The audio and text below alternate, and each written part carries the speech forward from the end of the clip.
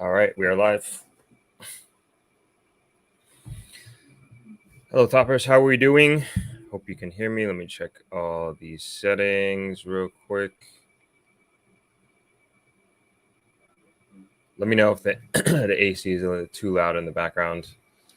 I'm in New York again. Had to switch up to Saturday live stream instead of Sunday because we are busy tomorrow. I got another race out here.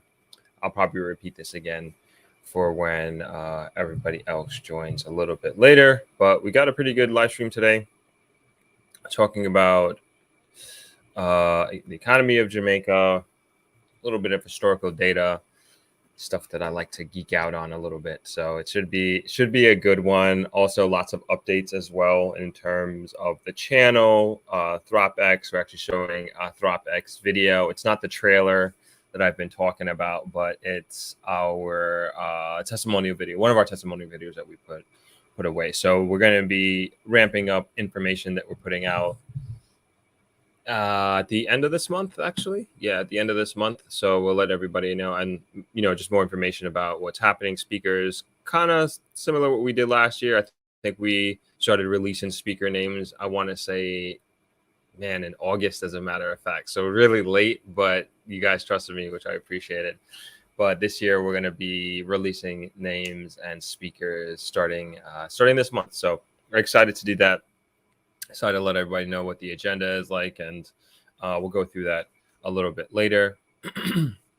And of course, let me know where you're chiming in from, what city, what state, what country. Always like to hear where people are from. And as you can see in the title, we are talking about the Jamaican economy today. I was going to get into mortgage rates, but I think I want to do a little bit more research on that before I bring that to the table, because I know that's a pretty hot topic right now because they are going up and people's monthly payments are increasing.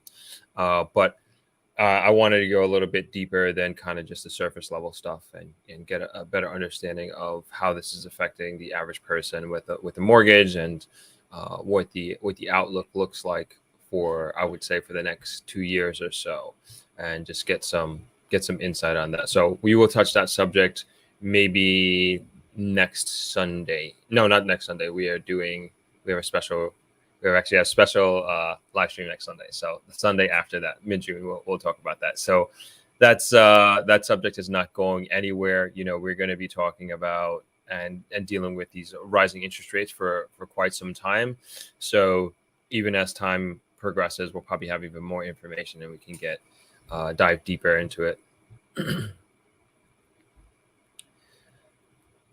All right. I'm excited to show the testimonial video, but I'll show it in a few minutes. Before we get into that, I guess we can just give some quick updates. We have another exciting interview that we did last week. We did one with it's not going to go live until the end of this month, but we had the Scotch Boys come back. If you follow me on Instagram, you probably already saw that. And we had Matthew and the CEO of Scotch Boys, Neil, come in for an interview last week, and they have some really, really exciting things happening in their company, and they were happy. I'm happy that they shared it with us and gave us some insight into what's happening with their company. But we also, I think, which I thought was very important, is we really dove a lot into what it's like to start a global brand in Jamaica, and specifically like a tangible product like hot sauce that you create, bottle, cultivate, and then export around the world from Jamaica. And they gave us some real insight into the challenges associated with that. And then they're also in a period of scaling. So they are, I don't want to spoil it too much, but as from the last interview that we did with Matthew, they were in Target, and now they're getting a lot larger in terms of distribution. And so we go a lot into the process of how they prepare for that and how they put themselves in a position to keep up with inventory and also demand. So super, super proud of those guys, young dudes, really making a huge impact globally, and also just representing Jamaica to me at the highest level. So very excited to share that with you all, and that interview should be coming at the end of this month. We have other updates. We're doing doing another real estate shoot next week, sorry, on Thursday. This is the one that I couldn't mention, but we got it confirmed. It's this property on the West End called Divine Destiny. You can look it up if you'd like. And we're shooting them on next week. We're figuring out the logistics. But this is a property. It's a 10-acre property. 4 acres of it are developed, and it's commercial property. And they are looking to sell. Don't quote me on this, but I believe that the selling price is $3 million US. I believe that's what it is. So 10 acres, not deep West End. I would say it's before Rick's Cafe. If you know Somerset Lane, that's where it is, kind of at the end of Somerset Lane. It's without a doubt a fixer-upper. You know, this is where we're positioning the video, and it has it used. Even my dad was telling me it was a very popular hotel back in the day, and even the story that we're putting together about the property and where it once was, how it got to where it is now, and perhaps the great opportunity it could be for somebody to take over. And just being on the West End, if you're familiar with the West End, it's a very, even when I was talking about Angela's property, the somewhere west on Deep West End, it's like so a community is like so important there because it's just tight knit. And I would love for like a really community focused person to not focus, but like somebody, an owner to have the community in mind. And I feel like the same thing for anybody who's coming in and purchasing in a grill and looking to develop and looking to invest in the grill, at least from a commercial perspective, that they're also looking to help build the community and create opportunities for others. So anyway, that video, we're going to be filming that next week. That's Divine Destiny. I believe they're going to be no. I was going to say somewhere west is going to be in this month's newsletter, and just kind of breaking everything down. And the next month we'll probably have Divine Destiny. All right, let me hop into the comments real quick before we continue with the agenda. Rachel, how you doing? Say hello to mom for me. Good to see you. Afternoon, welcome. Good to have you. Jay Fitch chiming in from Atlanta. Nice to have you. Chris, good to see you. Watching the French Open and thropping. Awesome. Troy, how are you? Happy Saturday to you as well. Thank you. Says I was looking all good in my all white. I should share those pictures. I didn't think of that. Let me see if I can quickly share those. So I went to this. It's a nonprofit organization gala that I go to every year, the Neighborhood Technical Assistance organization. It's based here in Brooklyn, New York, and they just do incredible work with other nonprofit organizations in the city, throughout the city, and just a really community-driven, community-based organization. And they do, the impact that they have is like immeasurable. And we need organizations like this, and organizers like Dr. Valerie Dura, who is the founder of the organization. And it was just like a really amazing event, well attended. I'm going to share some pictures in a second. And that was like one of the main reasons why I came to New York for this trip, is to attend this event. I try to go every year unless there's like, something for some reason, like something that's I just can't avoid. I am definitely going to be there and going to go there. So I was really happy to support this event, and also just kind of be a part of it. And really appreciate Dr. Dura, always inviting me, always inviting my family. And my dad actually got recognized by them. Man, it must have been like 10 years ago. He got recognized for it was before he retired. He got recognized for a lifetime achievement award. And yeah, just an organization that we fully support. My family, that is, when I say we. So let me see if I can share some pictures here. Oh no.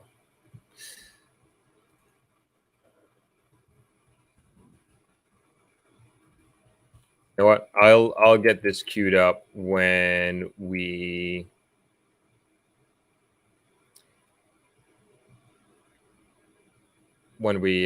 I show the ThropX video. Maybe I'll show that now.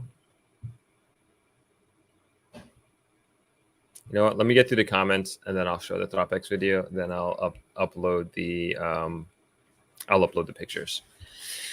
Hello, Ms. Cole. How are you? Thanks for joining. Out of many, one people. We are one. Hola. MDL, hello. Thanks for chiming in. Coming in from the DMV area. Commercial tourist checking in from Manitoba. Awesome. Shayna, what's going on? Good to see you. Good to see you. Hello to you and happy Sunday. Lenworth chiming in from Vancouver. Awesome, awesome, awesome. Troy says amazing work. Yeah, they're doing great, great work indeed. Okay, let me show you the. Let's show you the ThropX video, and then we can also. I'll show it again if you want, but this is a testimonial, and then we can go into the agenda for today. All right, this is short. It's just 3 minutes. Let's see.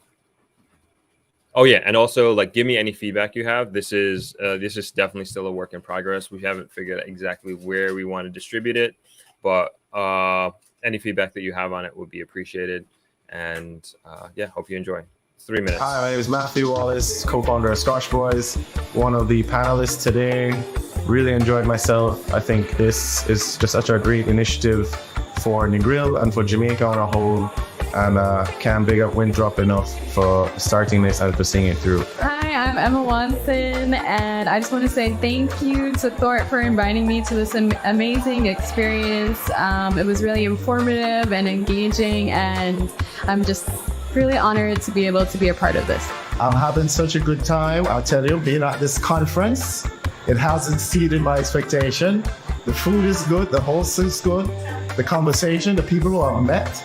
I felt like I'm sort of mixing it up with movie star, and I'm looking for, because I've seen these guys on YouTube, man. You guys are stars. This is my first time with ThropX. I was able to volunteer over these last couple of days, and I have to say it was a phenomenal experience, meeting different experts in the field of banking, real estate, education. Just overall, I'm just really looking forward to diving deeper, investing into Jamaica, and looking at other ways to create a career and to be here.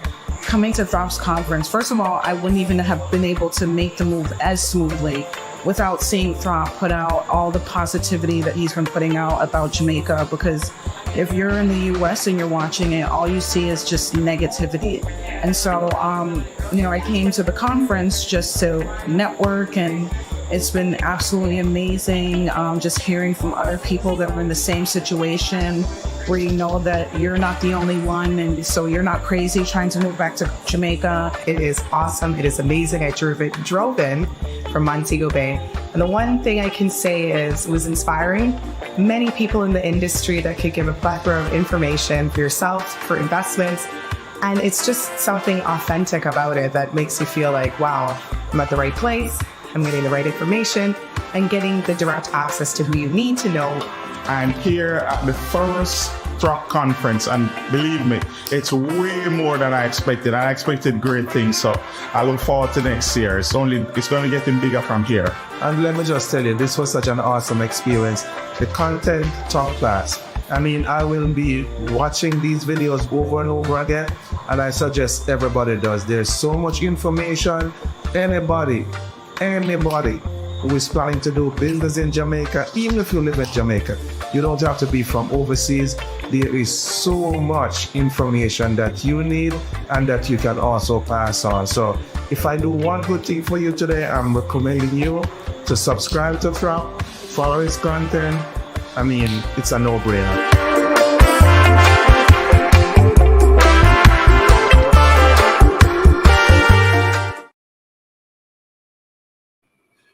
All right, that's our first, I guess, promotional video, if you want to call it that, for this year. But yeah, thank you everybody. If you were one of the people on there who gave a testimonial, appreciate it. But we're still working on it. We should kind of have this video wrapped up, and we're still working on the trailer for this year. And yeah, tickets are for sale if you're interested. And hope to see a lot of you there. Thank you, Rachel. Thank you so much. Rachel says, what a great video. PropX was everything and more. Thank you so much. Yep, hope to see you back. Hopefully we can bring mom, maybe. Thank you, Shayna. Thank you very much. Happy Saturday, Suzette. Thanks for joining. Thank you, Boom. Appreciate it. Yep, still work in progress.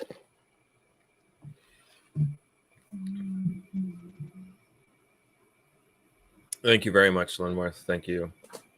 Yeah, great feedback. Lenworth says, would be nice to show the names of each speaker. Yeah, so that's one thing we're going to do. Great advice, great suggestion. So we're going to have like the names of each person and where they're from, and then maybe like a background, because everybody's like from different background in terms of like why they're coming and where they are in their journey as well. So yeah, we'll definitely do that to build some context. Great advice. Oh, that would be awesome if you're able to make it and mom was able to make it, Rachel. Would love to meet your mom as well. Awesome.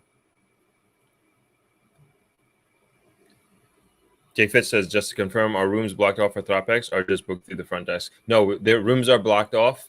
So the best way would be to either email reservations at tbresorts.com or to call, I would say, to call in. And in the rooms they have ThropX, everybody at the front desk is well aware of the event and they have all the information on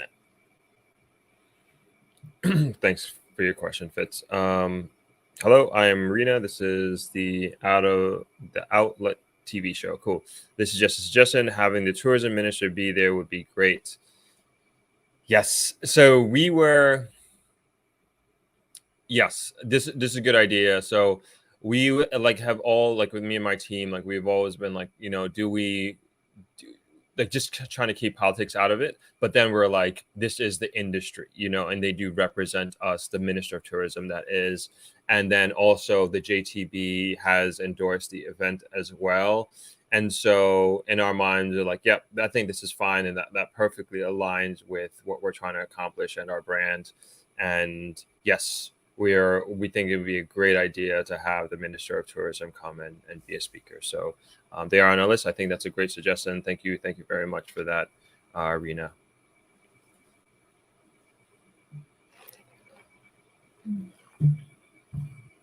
All right, we will get that done. So thank you everyone for your feedback. I appreciate that. And if you have any other feedback in the future, I'm all ears, willing to listen. All right, just hopping back real quick to the event that I went to. I uploaded the pictures, and I just want to share them really quickly. So there's a much more than this, but it was an all-white event, and it was very well attended. But these are a couple pictures I want to share with you. And so the Honorable Hazel Duke, she's the one who has the mic there. And I'm not sure if you all know who she is, but just an incredible freedom fighter, civil rights leader. I believe she's 91 years old, and she just gave an incredible speech at this event, and just so much fire in her. It's incredible. And just to speak with such inspiration and vigor, and was really holding the two people there accountable that you see to her left. So to her left is Mayor Eric Adams, the mayor of New York City, and to his left you see I don't know if everybody knows who she is, but she's Letitia James. She's the Attorney General, and it was just I didn't expect. I knew the mayor was going to be there, but I didn't know the Attorney General was going to be there, that was like kind of crazy. And yeah, if you know what she's in charge of and what she's doing, it's a bit a big thing, I would say, a huge thing. And so there is me and the mayor, and the first time I met the mayor was when my father was getting this award at this organization for his getting his Lifetime Achievement Award. And the mayor was also being recognized, but he wasn't the mayor then yet. He was just kind of up and coming, and just shaking hands and kissing babies at that time, which he still does to this day. But he was a guy trying to make it and climb the political ladder, so to speak. And so they both got recognized on that day, and that was the first time that we met, like some 10 years ago. I got to get that date down. And then there's me and Letitia James, which she was very nice and accommodating. It was nice to just grab a quick pic with her. And then there's me and the Honorable Hazel Dukes. Again, just a legend, like huge legend. And it's just like an honor to meet. I've met her a few times before, but to just kind of just sit down and chit chat with her, it was like really, really amazing and inspiring. And I said, her speech was really, really inspiring. And this is the woman who makes it all happen, Dr. Valerie Dara. So you might recognize her from being a guest on Deck with Throp. And she's the one who brings all these people together, an amazing community leader here in Brooklyn and New York City. And she's the one who made everything happen. And again, this is like one of the main reasons why I came to New York this trip, and why I came back so quickly. I didn't want to miss this event at all, and it was well worth it.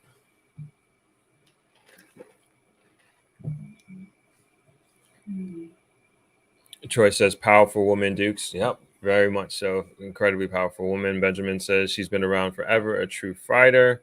Shayna says, wow, 91. She looks amazing. Yeah, you wouldn't have guessed. And again, just like the power that was coming from her voice during her speech and what she was saying, and just like I didn't understand the politics that she was referring to in terms of the districts and getting funding and all that. Like I'm out of the loop on it completely, but the passion was there and the vigor was there, and it was just really, again, really, I was really impressed by it all. Lenworth Lewis says, as an added touch, when the video starts, okay, this is giving me feedback on the video. Hold on, I'm gonna come back to that, Lenworth. Not gonna ignore it. Benjamin says, wasn't Adams the first president of the 100 Black men in law enforcement or something like that? Could be. Yeah, he was in law enforcement, and I wouldn't be surprised at that. That's I guess that's one of the things. I feel like one of the reasons why he was voted, that he was looked at as like a common person that could speak to both sides. He's a police officer. He's the second Black mayor in New York City history. We know, which hasn't happened in 30 years. So yeah, I wouldn't be surprised at that at all. All right. Thank you, Jay Fitz, for the accommodations on the pictures. It was, like I said, it was a very nice event. Okay, back to your suggestion, Lenworth. As an added touch, when the video starts, it should be a drone footage of the grill or part of it and ends the location of ThropX event. All right, I'm going to screenshot that comment, that suggestion. Thank you. Thank you very much. Great suggestion. Great suggestion. Sounds like you're a filmmaker. Let me know if you are. All right, cool. So that's pretty much all I would say, the updates, bring everybody in the loop. I also, just a quick announcement, and if I remember, I'll announce it at the end as well. So I'm doing relay race tomorrow at the East River track. Relay races start at 10 a.m. So if you want to come out and support it, again, another great community event is being put on by the Goldfinger Track Club. It's I wouldn't say minority. It's a very inclusive track club here in Brooklyn in New York City, and it's ran by minority Jerry. He is a Haitian descent, living here in Brooklyn.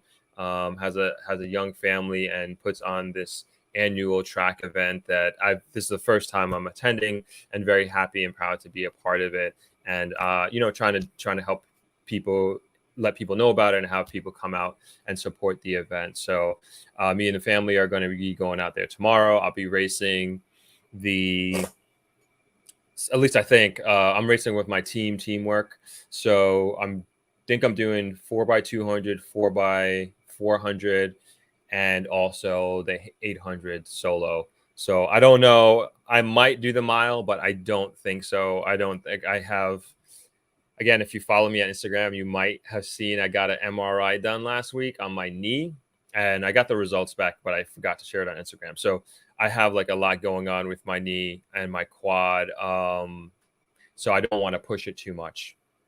But I basically have a torn MCL, and also I tore a muscle in my quad, but that's not even bothering me at all. So after tomorrow, I might need to start taking it easy, and I don't want to push it too much in racing that mile. So yeah, that's a quick update. So if you're in New York, Brooklyn area, and you want to come out and support East River Track tomorrow, Lower East Side, at 10 a.m. Should be a fun one.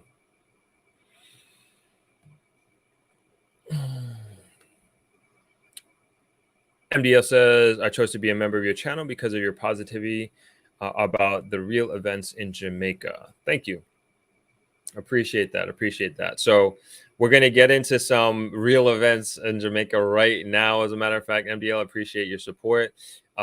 This one is, I would call this, it's hard to argue numbers, right? So like we're getting into the major, the main agenda here today, and talking about the economy of Jamaica. And you see the title, Jamaica's Economic Vulnerability.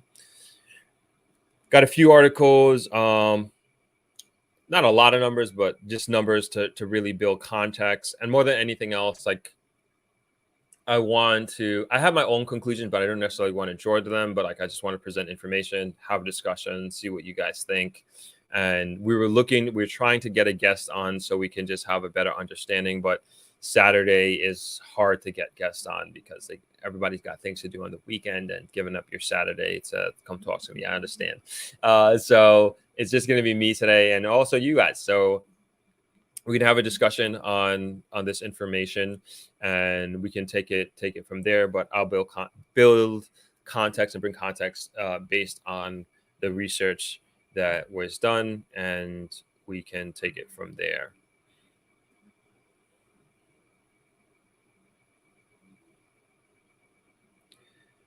Okay, so I'm going to go through this quickly. This is what the team put together to present today, and like I said, I have some articles for reference, and we will go from there. All right, so let's get started.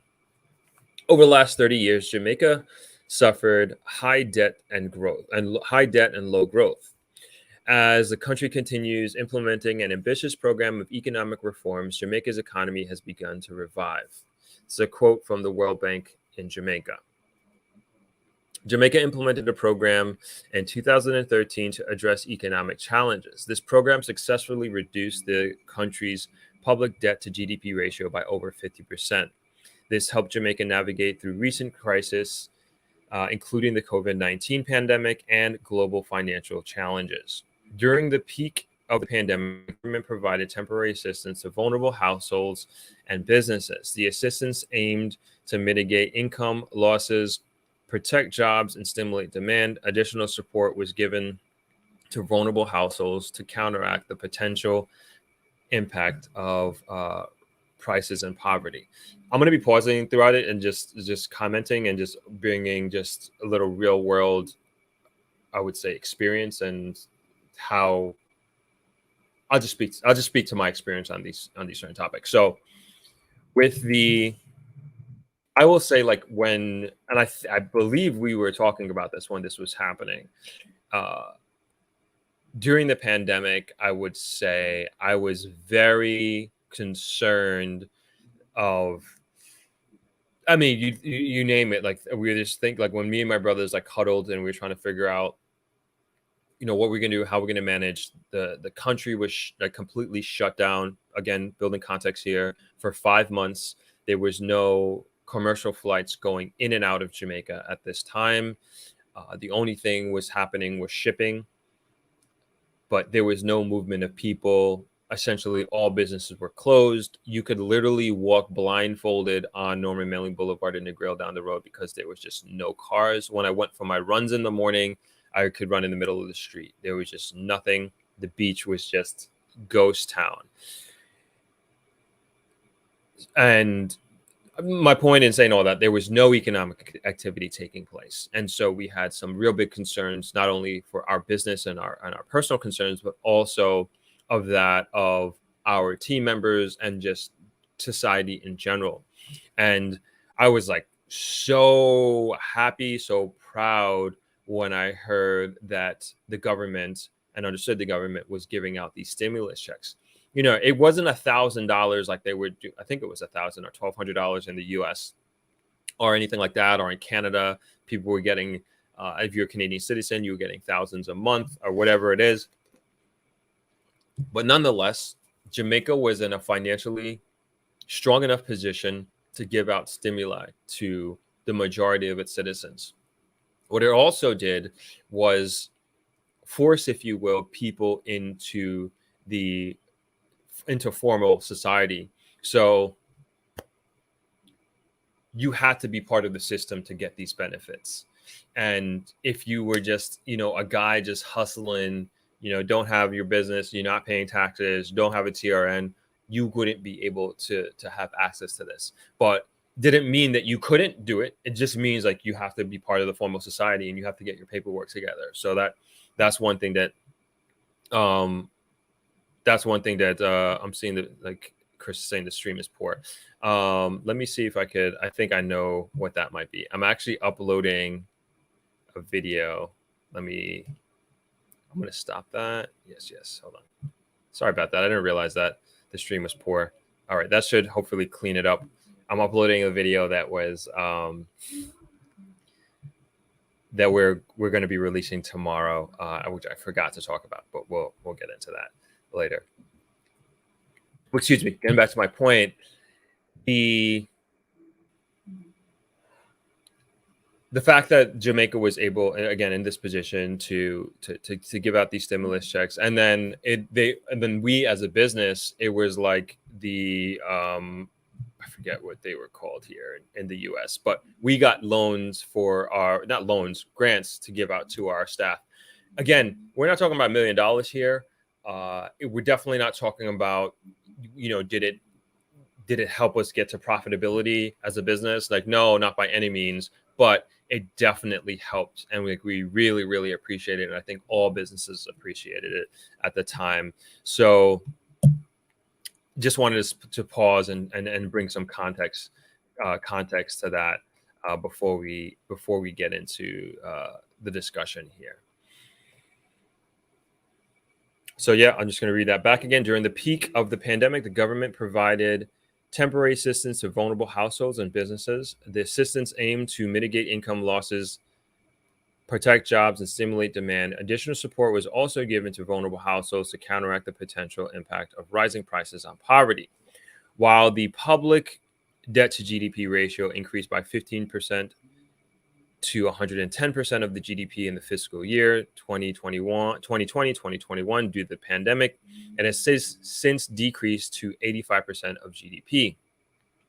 It was expected to continue declining and gradually fall below 70% of the medium term. So again, let me just give me a chance to bring that into context. Oh man, don't tell me I lost it. So as you may or may not remember, I believe it was, I'm trying to get the exact date. I don't want to be talking in generalizations here. But so I wanted to go further back than this, but our debt to credit ratio in 2013 we're 135%, and now we're at about 85%. But I know in the 90s I'm trying to get the exact number here, I'm sorry, we were either we were even above that. We were probably close to 200% at one point. Yeah, sorry, I don't have that that exact number. But the point in even me even bringing that up is the dramatic decrease in our debt to credit, debt to GDP ratio. And I'll have all these sources as well. I think that's important so you can see. So I'll be sure.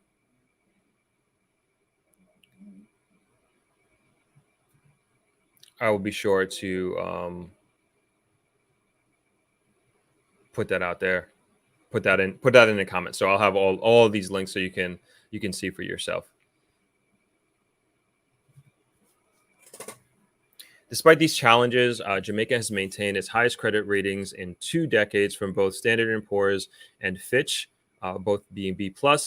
This reflects confidence in Jamaica's fiscal management and economic stability.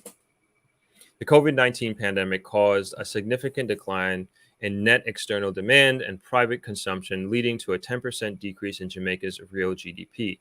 Although GDP is expected to recover to pre-pandemic levels by 2023, the underlying issues that have historically hindered the country's growth remain unsolved. Jamaica has been among the slowest growing economies in Latin America and the Caribbean before the pandemic. The slow growth is attributed to factors such as low productivity, limited technological adaptation, high connectivity costs, a weak business environment, and high levels of crime. The country is also vulnerable to frequent climatic shocks that disrupt vital sectors like tourism and agriculture, impacting the livelihoods of the poor and vulnerable. Moreover, the disruptions of education during the pandemic are likely to have long-term consequences on economic growth and human capital. If not adequately addressed, these disruptions can hinder students' future earning potential and have negative implications for overall economic development. I want to pause right there and also chime in on that. We were talking about this last week with Noel when he was visiting the grill, and we were just talking about and Mr. Rose, and we were talking about the economic and educational effect that COVID has had on our young people and our students. And one of the things I said was that we're not going to feel the effect of that, the real effect of that until 2034, because there were so many students who just did not have access to internet and did not have a proper internet device such as a tablet. Some had phones, some didn't. And I know this, and we know this, is because through our nonprofit organization, the Negril Education Environment Trust, we had took it upon ourselves to put together a program to assist with students. And we even did a video. We put out a tutorial to help teachers to teach using WhatsApp, because that's all some students had. And it's actually been one of the best performing videos that NEAT has on its YouTube channel. And what we didn't recognize is that we, as Jamaica, we are not the only ones who were in the same situation. And the comments we were getting from teachers from all over the world were just like, thank you so much for this video. And it was Jessica, she's a teacher at Manning's High School, at Manning's, and she's a young teacher, young mind, Harvard grad, and she took the time to figure out how to use WhatsApp on the phone most efficiently and most effectively for a teacher having to teach 30 kids. through WhatsApp, and this is what they had. And we put this tutorial together, and she did like a phenomenal job showing best practices, how you can, have students participate, and what if a student isn't participating, how do like all these little nuggets. And she did like a phenomenal job with that. And again, we were focused on helping our students and helping our teachers in Jamaica, but we realized that so many other countries and so many other teachers and students around the world had the same challenges during COVID. And so we did our best during that situation and helped as many students as we could. And there were just so many that fell through the cracks, and they just didn't go to school and just didn't get educated for 2 years. And we don't have, it's not like we have students, and again, going back to our conversation next week with Mr. Rose, it's not like we have a system, a fail-safe system for our students where everybody who is being moved from grade 1 to grade 6 are actually at those reading levels. And a lot of these students are just being pushed through and aren't really getting their good, I would say, an adequate education. A lot of it has to do with overcrowding, and the teacher to student ratio is really bad as well. And I hate to talk negatively, but this is the reality of what's going on in our schools in Jamaica. And I will never stop until it happens. I'll never stop emphasizing the importance of investing in our education and in our school systems, and investing in our kids, because these kids are either going to be the ones that grow up to be the leaders of our country, and we are able to put our country in the hands of the best and the brightest, or they're going to be the ones that we're going to start complaining about with doing criminal activity. And now is the time to start doing it. I mean, it would have been great to do it 10 years ago, but we are here now. And so my point in saying all this is, like, COVID really set back a lot of students and a lot of kids, and I feel like we're going to be in some real trouble. And I don't know, I don't have a plan, I don't have a solution. Like, how do we catch these kids now? How do we catch these kids, and what kind of program can we put in place that would catch them up? Well, first identify them, and then a program in place to kind of catch them up to a point where, all right, when they graduate high school, they're going to be in this position and they have these career options. But I don't hear a lot of talk about this. I don't hear a lot of priority being made with education and just the fallback, if you will, of our students. And I don't know, it just needs to be part of the regular conversation, regular dialogue. And unfortunately, it's not. So sorry to interrupt again. We'll keep going. In summary, although Jamaica has experienced a recovery from the pandemic-included recession, it still faces challenges related to structural issues and external shocks that need to be tackled for sustainable and inclusive economic growth. Jamaica continues to be highly vulnerable to external developments due to its dependence on imported essentials and external financing. The country's key sectors, tourism and agriculture, employ over a third of the workforce and are particularly susceptible to shocks which have the potential to undermine economic growth and poverty reduction efforts. Given this vulnerability, Jamaica faces the ongoing challenge of ensuring resilience in these sectors and diversifying its sources of economic growth. So I say to that,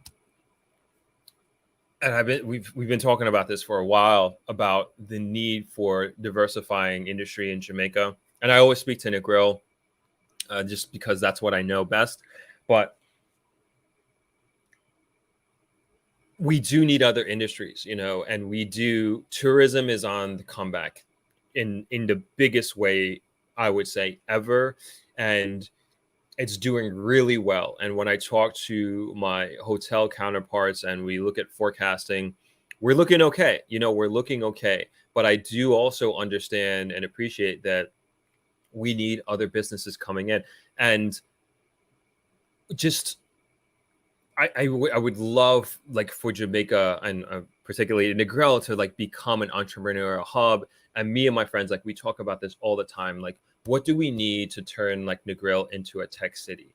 And what do we need to to turn it into a place where people want to move to create industry, to create innovation, collaboration. And we need, in order to do that, like, you need bright minds, you need ambitious people. And what do they need? What do we need to attract those type of people to come, not for a certain period of time, but to stay, live, and grow their careers and grow their families there? And one of the ideas that we came up with is, and we're just thinking tech here, and I'm open to any thoughts that you may have in the comments here. But like with tech in particular, we decided, we were like, man, the one thing that we do need is we need a product. There needs to be some sort of technological product that comes out of Negril. They were like, okay, something is happening in Negril. Some sort of, whether it's a software, whether it's an app, it could be something that we are, a product that is used to solve a problem in Negril. Like I have so many ideas. I won't go through it. Like I have so many ideas that I could think could work really well in Negril as far as like tech apps, that if it works in Negril, it could work anywhere in Jamaica, and it could work in other countries. And so that's where our minds go, is like, how do we create these softwares and that come out Negril? And also, as we always talk about, is like, all right, how do we get, if we want the best and the brightest minds coming to Negril, and not necessarily, yes, best and brightest Jamaicans coming to Negril and living there, but even like from a global perspective, and people think that they want to live in Negril, we also need housing. And I was listening to this podcast yesterday, and they were talking about the plight of population, particularly white collar workers from major American cities into smaller cities and smaller towns around the country. And one of the main driving forces behind this plight, particularly they were talking about Washington, D.C., New York, and also and San Francisco. And it's the cost of living that is driving people out. And so this has been happening before COVID, according to this podcast, but since basically 2013, that you're seeing more people leaving these cities than moving into. And COVID just exacerbated that pace. And people realize that, especially now with the work from home phenomenon, that they can get paid their New York City prices and live in Austin, Texas, or live in Tampa, Florida. And these are becoming these hubs where these different people are moving. And then you don't have the stress of, you don't have the stress of living in New York City. And like one dude, and this may sound so simple, but if you live in New York and you like, and you kind of came up in the grind, so to speak, he was just like, the one thing that you pay to live in a city that you love. And he described it as the best city in the entire world, and where he calls home, born and raised here in Queens. But he ended up moving, and he's like, not only did the cost of living get to him, but the grind is what got to him. And he gave an example. He's like, as a 40-year-old man, I don't want to walk up 4 flights of stairs with my laundry, or walk down 4 flights of stairs with my laundry, to walk to a laundromat, to do laundry for X amount of hours, then walk back, and then walk back up the stairs. And that's what you got to do in New York. I mean, and he wasn't having any savings. He didn't have time to do things that he would like. And like, just kind of being here is just like, it's a hustle, and you may not have a lot of time for yourself, and people are legitimately busy here. And so anyway, guy ends up moving to, I believe it was Austin, and in his time in living there, he wrote a novel. And he gave that example, is that like, he would never have had time to write a novel because he's always focused on making money and just keeping his head above water in New York. And now he had time to write his novel. He's having friends over for dinner and doing dinner parties. And he could never do that in New York. He could never afford to do that in New York.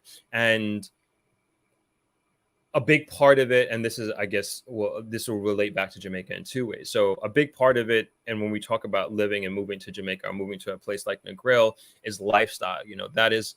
That is one of the things, and I'm sure he's giving up a lot by living in Austin as opposed to New York City, right?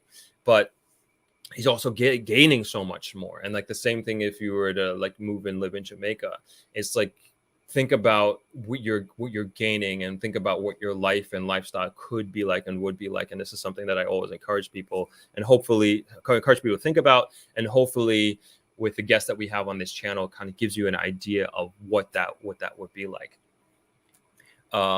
So I'm digressing tremendously here. So going back to the example of the plight from these major cities and major economic hubs around the U.S., now we think about, all right, what is stopping, say, in Austin, Texas, from turning into New York City, where the prices skyrocket and the people there are being priced out because of this, maybe in these cases, it's a gentrification situation happening.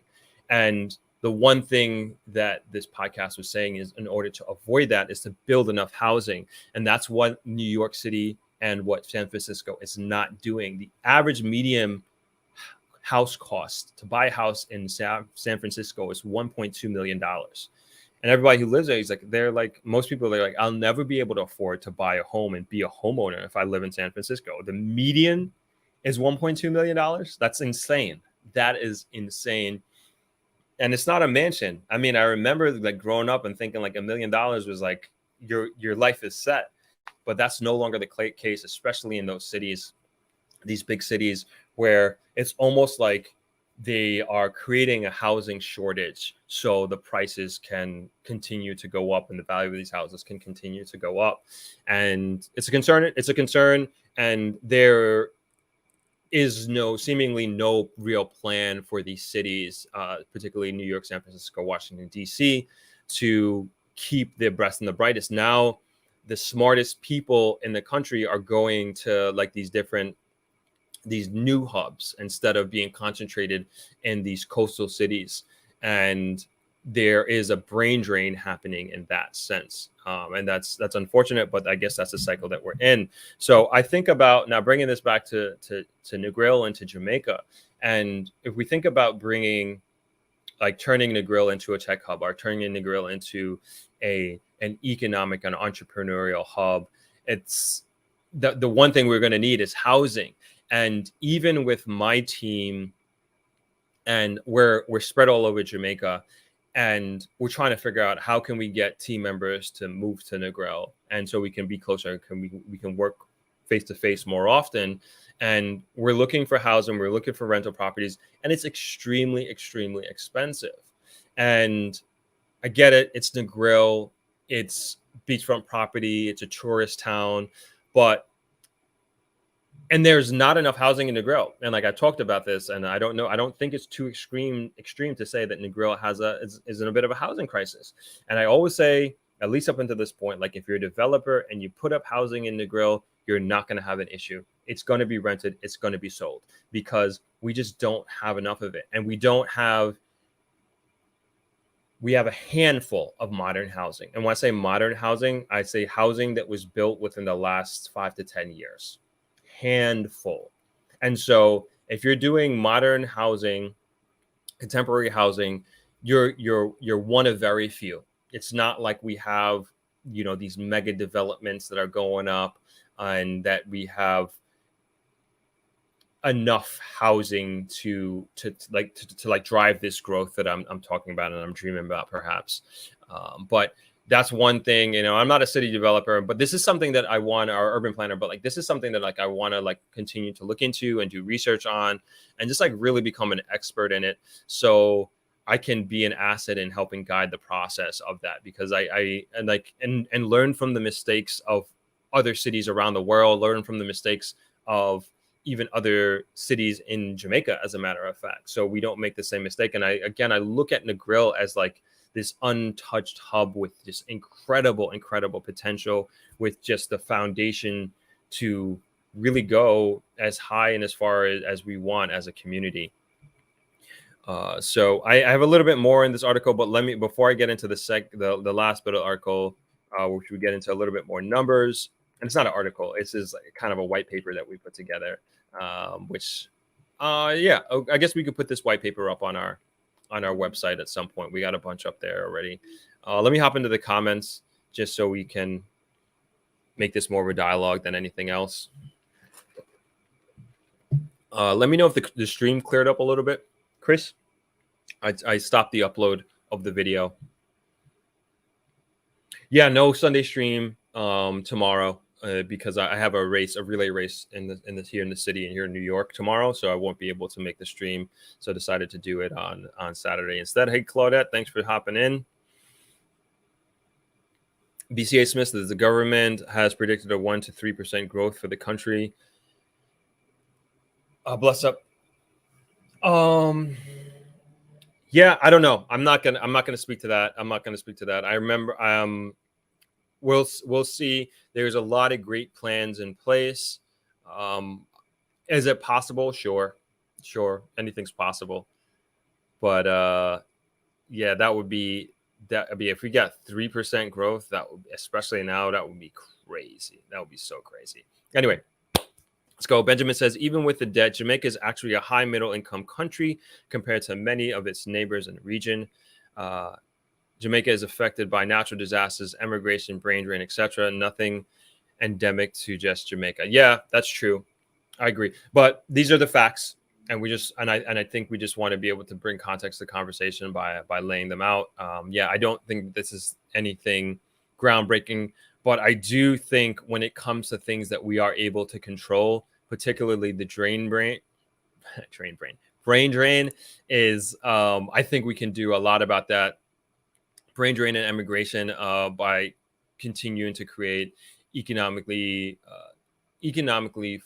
focused programs that help grow communities and also attract industry from all around the world, not necessarily tourism related or tourism focused. I think we just have a lot of potential in that. But yeah, good point in what you're saying. Nothing we can do about the natural disasters, and we've been very lucky, knock on wood, that we've been spared for quite a number of years of not having any direct hits. But we are in hurricane season, and we just got to be vigilant and continue to pray and hopefully continue to be blessed throughout this hurricane season. Ebony X says, was Zoom or Google Classroom not available? Ebony's talking about during the pandemic when we were using WhatsApp. It was. So those programs were available. However, the internet was a problem. And so the majority of the country was using credit data on their phone as opposed to Wi-Fi, which was very, very, very costly. And the phone companies, they did well. They did well because, and it was very expensive. We were giving out credit like crazy, but we also had a classroom, a resource center. So we had a building across the street from Travelers, and we converted it like very quickly. We converted it into a resource center. We bought desks, chairs. We made sure our Wi-Fi was good, and any students who needed a place to do their homework and to do Wi-Fi and needed Wi-Fi, they could come there. They could also use a device if they didn't have one. And this was available. And so we had to maintain our COVID protocol. So we set up a big tent there. My dad bought a tent. I forget how big it was, but we had a big tent that we set up outside to make sure that we were adhering to COVID protocols. And then we had our indoor classrooms, windows open and everything like that. Everybody had to wear a mask. We had our COVID protocol in place to make sure everybody was safe. But it became this haven for students to come and to learn and to not miss their homework and to kind of do their best. And we did our best to help them keep up with their responsibilities as students. We also had a teacher there as well. That was important. It wasn't just like this play center where students would come. So we made sure that we had a teacher on staff the entire time during opening hours. And that was the best we could do under the circumstances in our community and amongst our kids. But the reason, so these tools were available, but it's the data. And I remember I talked to one of my one of my MBA classmates, and he lives in Mexico, and his family, they run a school in Mexico, and we would get on the phone for hours and just like brainstorm like what he's doing, what we're doing, and like we're learning from each other of like how do we, what are you guys doing that's working, and just sharing best practices and what we learned and the challenges that he's having, the challenges that we're having, and we were just doing our best to help each other out. But again, I just emphasizing like this was a global problem, and it was just, man, we were just like really left to the wolves to kind of figure this out. But yeah, those tools were available, but again, didn't have the data, which is one of the most important parts, like going hand in hand with a tablet or a laptop. Kate's Level says, we appreciate the work that you're doing. God bless you. Thank you very much. BCA Smith says, the high level of imports and low levels of export impacts economic growth. Yeah, that, and again, I don't have an answer for this, and I hate to give out criticism without a actual solution. But the solution that I have is very generic. It's like we need more industry here that we can and have more exports. Scotch Boys is an excellent example of that. They have a bunch of farmers. I don't know the exact breakdown of their operation, but we can figure out a few things that they're doing here, which is this: all the peppers are Jamaican, and there has to be farmers, there has to be some sort of cultivating with that, there has to be some sort of bottling, testing, you name it, and then getting it from the factory, farm to factory to port, and then export, right? And so there's a lot of jobs created along that production line in Jamaica, that is, and they're exporting, and we need more of that. 10 years ago, that business wasn't here, that business wasn't around, but and it started by young minds, young brains, young ambitious people, young ambitious Jamaicans from Westmoreland, as a matter of fact. And so if my point of even bringing that up is like, if they can do it from Westmoreland as young ambitious dudes, Jamaicans, they can be done from anywhere in Jamaica, as far as I'm concerned. And so we just need to encourage that more and cultivate that more as a society and as a culture, and get more exports. It's really important. Alfonso Worth says, I know Jamaica still has its issues with crime and stuff, but the economy is definitely improving. The recent salary increases is a testament to the growth of the economy. Absolutely. Minimum wage went up from, I think it was 9,200 per week to 13,000 and some change per week. And that was big. That was big. And I would say from a real dollar perspective, and also from a percentage perspective, that was really good. But yeah, Jamaica is, I would say, it's on an upward trajectory.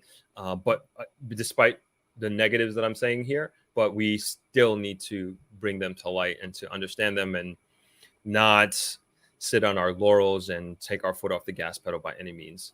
BCA says, yes, diversification is needed. Ebony X says, the pandemic also had a great effect on the students here in NYC as well. Yep, I've talked to my teacher friends and here in New York, and I was astonished, absolutely flabbergasted at the amount of how regular and normal it was for students not to have internet at home. I didn't think that was possible. And I was like, how the heck do students in Jamaica have internet and students here in New York and Brooklyn don't have internet?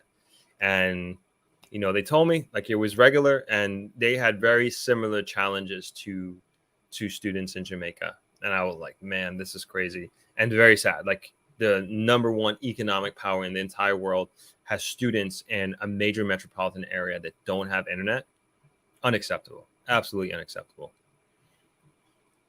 John Reeves says, Jamaica is knackered, just been set up on CBDC's worst mover ever. What is CBDCs? I don't know what that is. Let me know. BCA says tech, creative industries, and agriculture. Yep. Agriculture, man, I think there needs to be like a huge infusion with that. I don't know. We had Martin Zivkovitz on ThropX 2022, and he was talking about his journey in agriculture in Jamaica and just how extremely well he has done. And more than anything else, I hope he's an inspiration to other young people who are considering farming. And he's there to help, and he's pushing farmers, and he's pushing his industry. And we definitely need more help with that. And I think that is another way of creating export through farming. Obviously, I just gave the example of the Scotch boys, but yeah, if we can get more agriculture going out of Jamaica, I think that could also do well. And I don't know how much agriculture we are pushing, but according to the white paper I just reading, that is one of the major economic movers in Jamaica. I know it used to be bigger. Maruz 1979 says Jamaican government is terrible at harnessing the power of the diaspora. I keep hearing this. I think we can. I definitely think there's room for improvement with that for sure. Chris PW says, name the ideas, man. Come on, no teasing. Sure. So I was talking earlier about like these ideas of, different tech ideas that could work that I think can work in Negril. And so I'll give two ideas. One's a brick and mortar idea, and one is a actual tech solution. So when you look at, this has to do with the hospitality, the hotel industry. And one of the particularly with small hotels, one of the largest expenses that our team has is transportation to work. And so a small hotel doesn't have the budget or resources to have a company bus to take workers to and from work. And most of the large hotels do have that. And so these larger hotels have, and there's Lucy and there's Sav Lamar, the two on the bookends of Negril. These are the two major cities where most hotel workers come into Negril to work. And they have their staff buses that pick up at certain locations along the way, and they pick up the staff and bring them in. So that is not an expense to those team members. And so inherently, people who work there is either a huge cost savings and or a salary advantage to working at those hotels, because those workers don't have that expense. We at Travelers, we do that for certain shifts, and especially the night shift. This is something that happened during COVID where we had to take our workers home, and so we just continued it. So we have that for our workers working on the night shift and not having to take taxis home. So anyway, I don't know how many other small hotels offer this service, but anyway, I had this idea of, if the small hotels got together and we purchased like a series of maybe 3 or 4 of these coasters, and these coaster buses would pick up all of our staff going both ways. We probably need more of that, going both ways. And it would be no cost to our staff members, but it would be more money in their pocket, and we would pay the hotel owners. We would pay for the buses, we pay for the transportation, everything, and there would be an inherent salary increase for all small hotel workers right across the board. Now, where does the tech come in? The tech comes in with the app. And so the app would be almost like Uber in terms of tracking the bus and where it picks you up along the main road. And staff would be able, the only way to get on the bus would be have to show a QR code that's scanned, and you get on the bus, kind of like here in New York City, you kind of just scan your phone and you can kind of get on the bus and the subway. And it becomes a service that you can use for small hotels. But then, so that was the first iteration. And then the second iteration is man, why not have this bus service that is accessible to everybody? And so again, using technology, and like if you, and maybe even like a tourist could download this, but like I really focused on the community more than anything else. But it's just having seamless transportation options available that is along a designated route using the application that is I guess at that point you'd have to actually pay into it if we're going into the second iteration of it, and people could kind of hop on and hop off. And that's because we don't have public transportation, like public buses like they do in Kingston. I think it's a JUTC if I'm not mistaken. So, and like that's one thing that we've been trying to get, and that would severely, extremely bring down the cost of living in Jamaica, in Negril, for local people, because they wouldn't have to be solely relying on route taxis. And that is, that, you know, may not sound like a lot of money. Like we're talking about maybe, I don't even think $2, but if you're doing this every day, sometimes multiple times a day, if you're a local living in a community, these things can add up. But if you can like cut that in half, and we have these public transportation buses, or maybe started off private, but we offer it publicly, it could bring down the cost of living for the average Jamaican in Negril tremendously. So that's one idea. I'll scroll down to the comments in a second to see if anybody has any feedback on that. And then the second idea that I think would do extremely well in Negril is having a commercial laundromat. We do have one, but it doesn't. They have very dated equipment, and they also cannot handle extreme volumes. And we use them at Travelers. We love them. I use them personally, like when I need to do dry cleaning, but it can't handle like major hotel laundry. And so I started putting a business plan together, and I'm not afraid of sharing these ideas. I put a business plan together on this, man, probably almost 10 years ago. And it is like 100% all logistics. That's all it is. And so there are hotels that outsource their laundry to, I believe there's a laundry facility in Ocho Rios. I believe that's where it is. And they truck their laundry to and from Ochi every single day. And I'm like, man, what if we just had that here in Negril? And I came up with the idea even before that, because I don't think you understand if you have in-house laundry at a hotel, and when your laundry facility breaks down, it could be a washer, it could be a dryer. It is especially a washer, but it's pandemonium. Like your operation can almost come to a halt, because you need new sheets for your rooms, however many rooms that you need. That needs to be happening on a regular basis. You need towels, particularly beach towels, being refreshed every single day. Then you got your regular towels. You got your pillow covers. Like, it's a nightmare. And I've been there several times. And we've invested heavily in our laundry machines, and they're relatively new. But at some point, like, something's going to happen. Like, it's just inevitable. It's a man-made machine. And so then you become reliant on these commercial providers that are the one that we have in Negril. And I'm not even kidding. If your laundry facility and another hotel's laundry facility breaks down at the same time, and you're going to the same backup commercial laundry facility in Negril that's up the road on the west end, forget about it. Like, it can't handle that volume, and it just becomes this like first come first serve basis. And like, your guests need their towels and they need their sheets, and they don't care that your washing machine is down. It shouldn't be, but it is.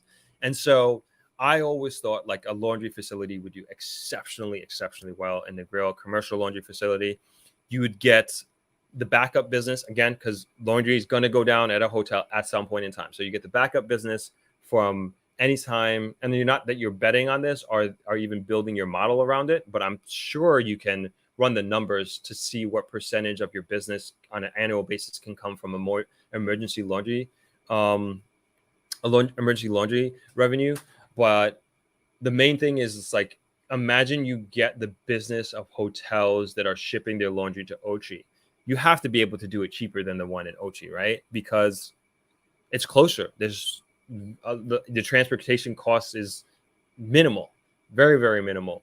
And then you also build it in an environmentally friendly way. So you do water, and it's going to be more expensive, but you do water harvesting and you do solar, and you build that into the cost. Like, you don't do this project without having that all fully figured out. Like, that was a must, because the water bill is going to be insane. So you got to have a water harvesting plan in place, and then you have to invest in solar as well. And I wouldn't even start construction without having the funds to build those things. So those are my two ideas. Like I said, one tech and one not. Let me see. Let's go down to the comments, the newer comments. I'll try to get back up to the older ones.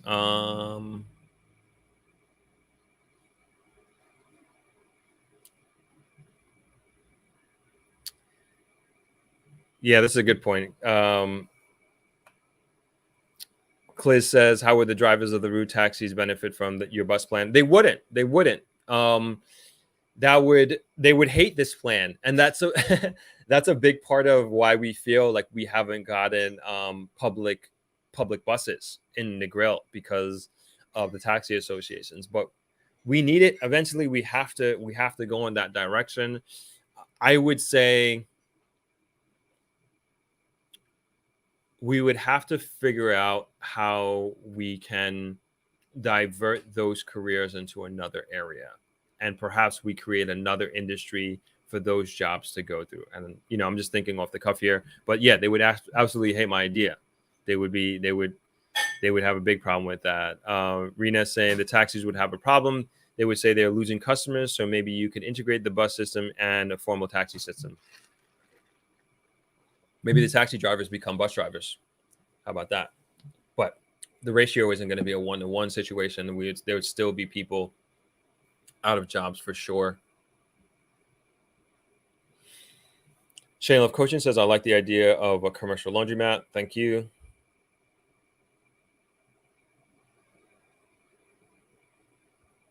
Oh, thank you for the clarification. Central bank digital currencies. Thank you.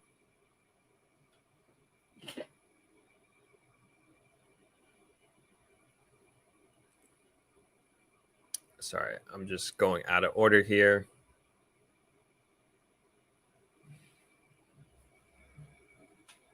All right, Cage Level says Negril could be the Silicon Valley of Jamaica. I think so. I think Negril could be the Silicon Valley of the Caribbean, honestly. Benjamin says, we are in a world economy. The concept of sovereignty has changed over the years as economies have become intertwined. Smaller countries will be adversely affected. It's navigating through that. Rena says, I have some ideas for Jamaica. You have to move to the basic needs of an individual. Elon Musk emphasized the need for heavy-duty industries, then focusing on tech. Negril can come up with a housing model / technology to help homelessness around the world. There are not enough construction workers for future projects, so Negril could have a program to train people in these industries. So, good point. One thing we've been discussing over the last few weeks, and if you were on the live stream with Mark, the carpenter, he's one of the carpenters I use, and has recently become the carpenter I use. And I also was speaking to, he might be a good person to have on, the electrician that we're using at a hotel now. We've been using him for years, Mr. McKenzie, and they both have high concerns about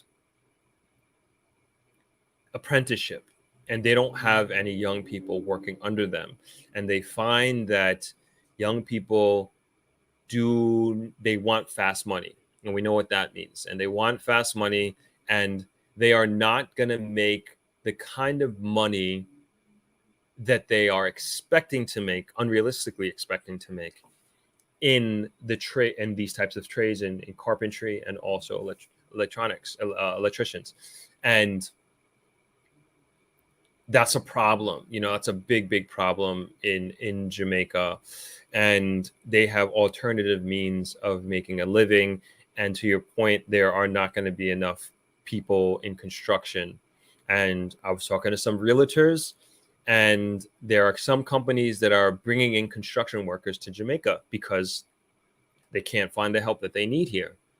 And I know we say like hire Jamaica, hire Jamaicans first. Okay, but now what happens when we have these investments coming in, these construction projects, and we can't find enough Jamaicans to work? What do you expect? What do you expect them to do? I can't blame them for that. Of course, I would want Jamaicans to get the job first, but what happens when we don't have enough Jamaicans that want to do these jobs? But there are other people from other countries that are willing to do it. So it's a bit of a dilemma, to say the least. It's a bit of a dilemma, to say the least.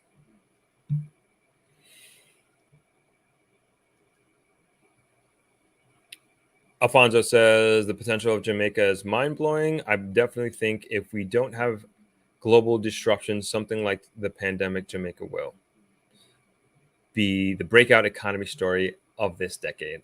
I think so too. I sincerely believe that. Cage Level says, can someone redesign those carts that the street vendors push around to make them look better and more efficient? It's a good idea. I mean, I'm thinking about the guys with the jerk chicken stands. We don't have a lot of, I know the carts that you're talking about, the push carts, but we don't have a lot of those in the grill. The most we have of that type, if you will, would be the jerk chicken stands. And most of those guys, they have their location, they set and leave them there, and then they come back on the nights and evenings that are popular, and they sell their food there. But yeah, I think that's a good idea. Safi Anderson says economic uncertainty is evident in most major cities with many inflation and cost of living. It's unsustainable. I'm currently suffering burnout, hence in my process to return to Jamaica. I'm in tech, and there are lots of digital nomads in Jamaica that needs to capitalize on housing.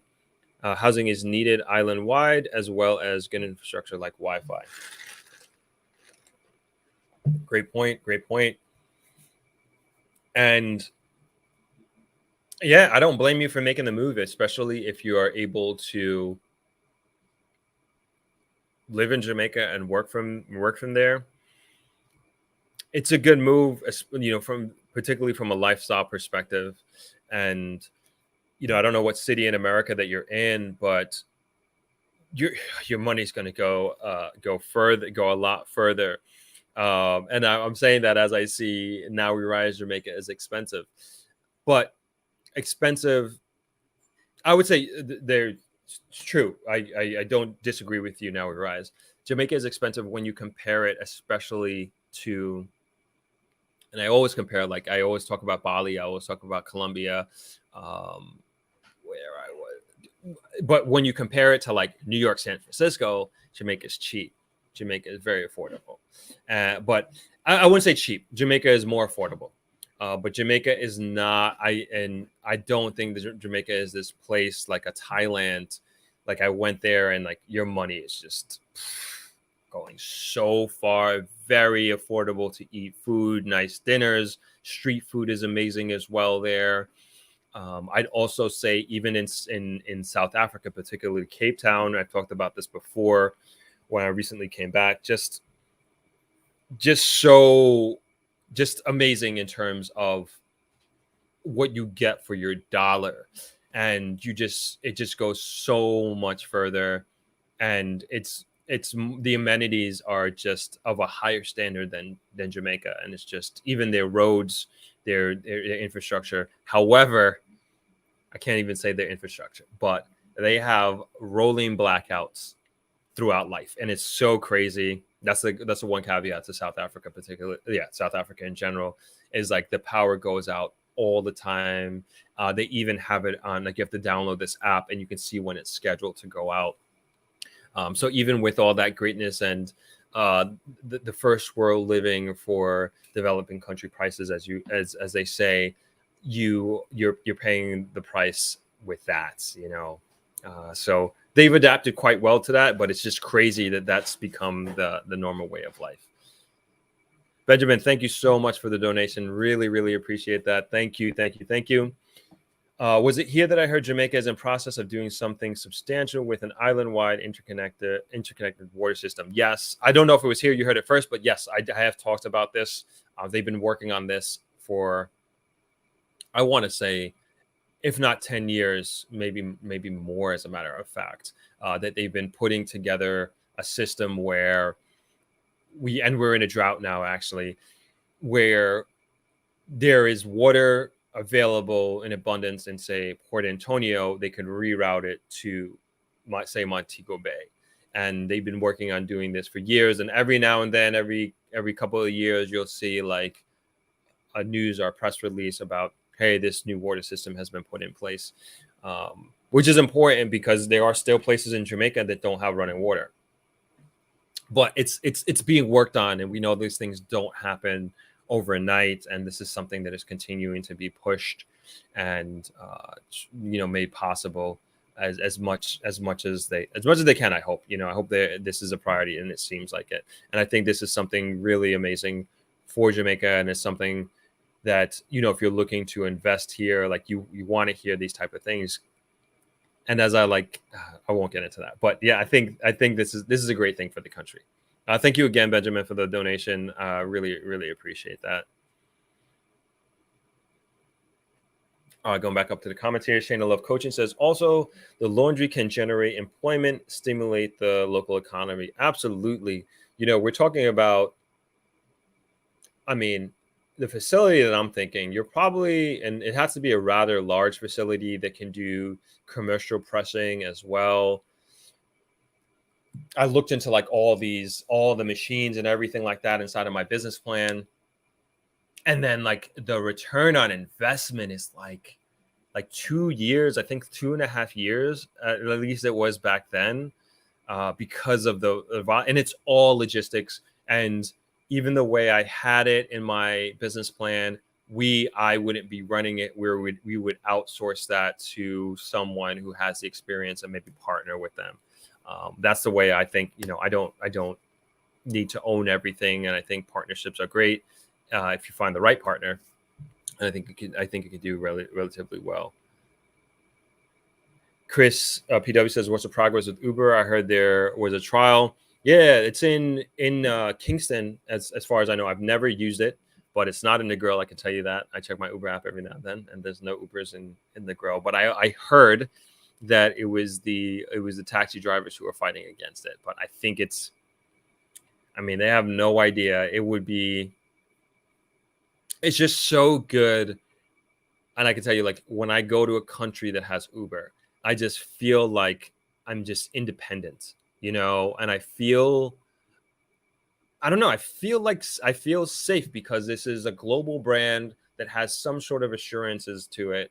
And I'm cool with that. Like in South Africa, I was going all over. I'm talking about like 45-minute hour drives to go and meet friends or go to this restaurant or go this place. And I'm doing this by myself, and I've never been there before, but I have the confidence to do it in this day and age because of Uber.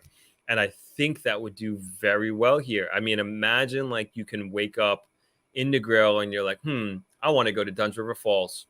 And not that I'm encouraging like skipping our front desk and skipping our tour desk, but you have that independence, and then you can just order your Uber and like, I want to go to Duns River. It's how much it costs.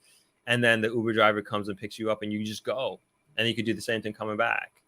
And so, yeah, that's one thing I think that the drivers don't understand. It's going to increase the volume, and I feel like they themselves are losing independence, and perhaps they are getting a part of their check cut out. But there could be a lot more volume.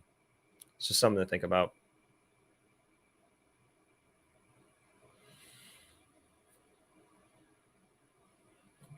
Chris BW says, I would say the laundry idea is more feasible.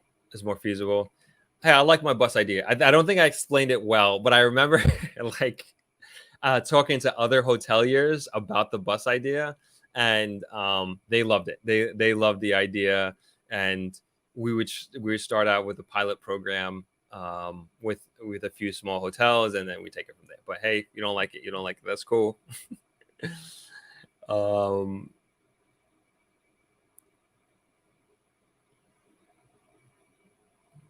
Chris PW says the government will push back on that. Uber is not confirmed.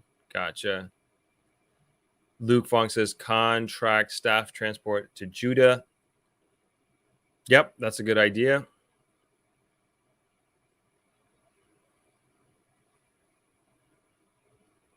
Sorry, I'm all over the place. Alfonso says we must embrace China Harbor Engineering Company. They're going to be a very important partner in the development of Jamaica. I mean, and they already are, you know, I think in a big way. Good point. They already are.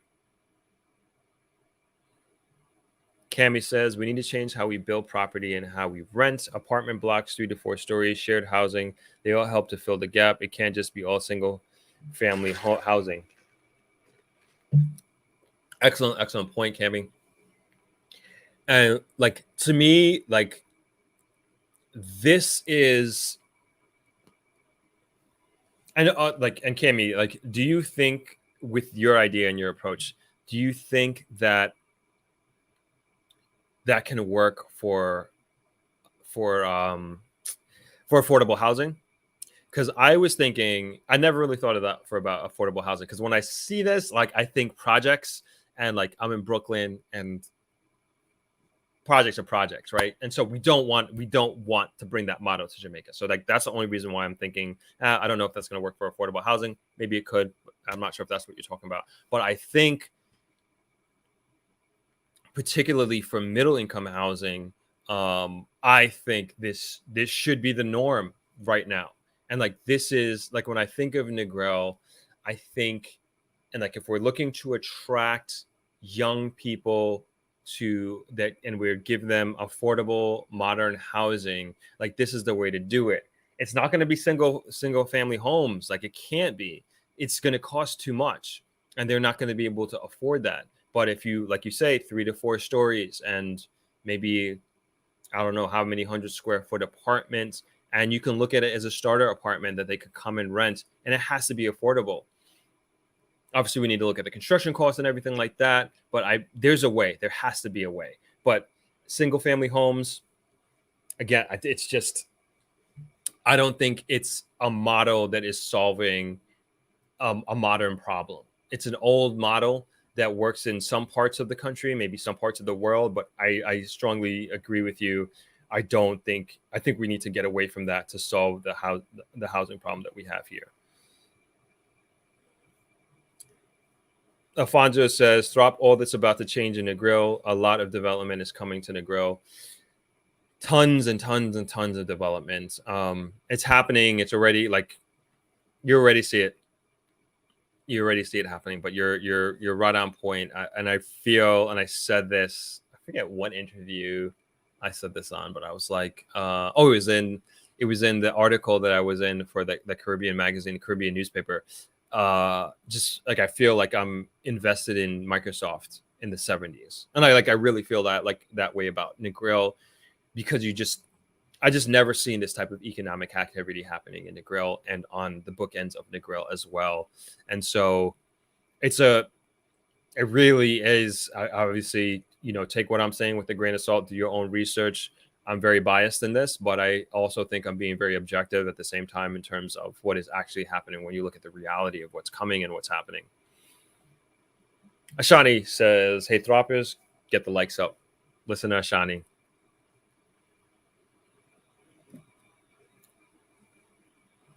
Cage Level says, I need a warehouse and some funding. I want to create my ideas. Hutchinson Johnson says, Throp, love your show, brother. About my Jamaica. Absolutely. Thank you for your support. I'm glad you're enjoying it.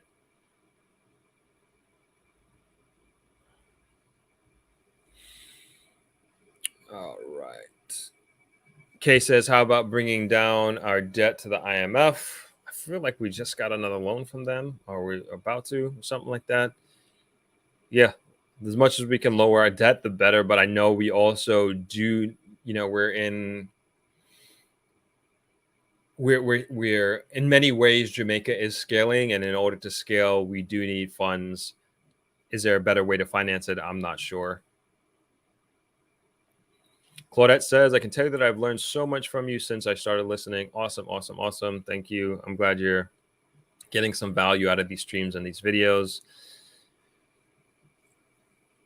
Luke Fong says that CBDC project has stalled due to new plastic currency the BOJ is releasing to replace our paper currency. Can you elaborate on that, Luke? Can you elaborate on that a little bit? Reading out of the Outlet TV show, agriculture should be the backbone of Jamaica. I agree. I think that should be one of the main exports that we have. Claudette says farming used to be a thing in Jamaica. That's right.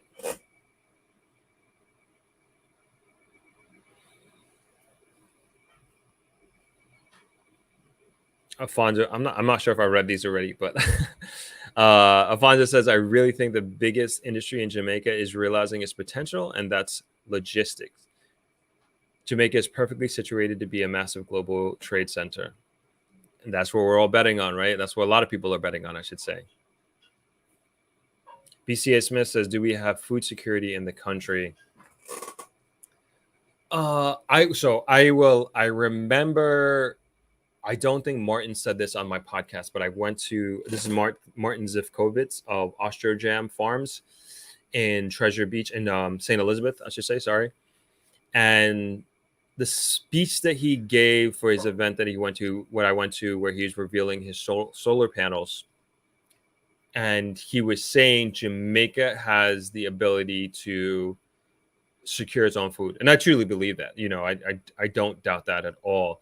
And one thing that my dad always says is that, like, every Jamaican should plant something. You know, everybody has like a little backyard or whatever it is, and you should be planting some sort of fruits and vegetables. And the soil is so rich in Jamaica. I almost said here, but the soil is so rich in Jamaica, and it doesn't take a lot. You know, even all around the property at Travelers, they're just like trees that are fruit trees that are growing that are not even attended to. And we have like an ackee tree that unfortunately we have to cut down by the restaurant. There's pineapple growing in the pots. There is almond tree growing. And this is just like, and we've had many times before, like watermelon just grow, like people just throwing their seeds and it grows. So that's just a testament to how rich the soil is in Jamaica. Rockman says, Jamaica was great in the 90s, good in the 2000s, all right in the 10s, but now in the 20s, we're slipping deeply into Babylon with no chance of getting back.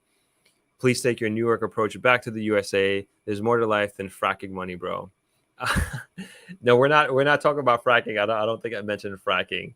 But I don't necessarily agree with you, Rockman, that Jamaica is slipping deeply into Babylon, no chance of coming back. I'm not sure exactly what you mean, but I really believe that Jamaica is on an upward trajectory and is on an economic upturn. And there is just so much data to support that. And I would say, like, if I was a betting man, like, the future of Jamaica looks bright, and I would bet on that. I would really, really bet on that. But we do, and we, the people who care, the citizens, the diaspora, the investors, we do have a responsibility to help guide that path and guide that trajectory.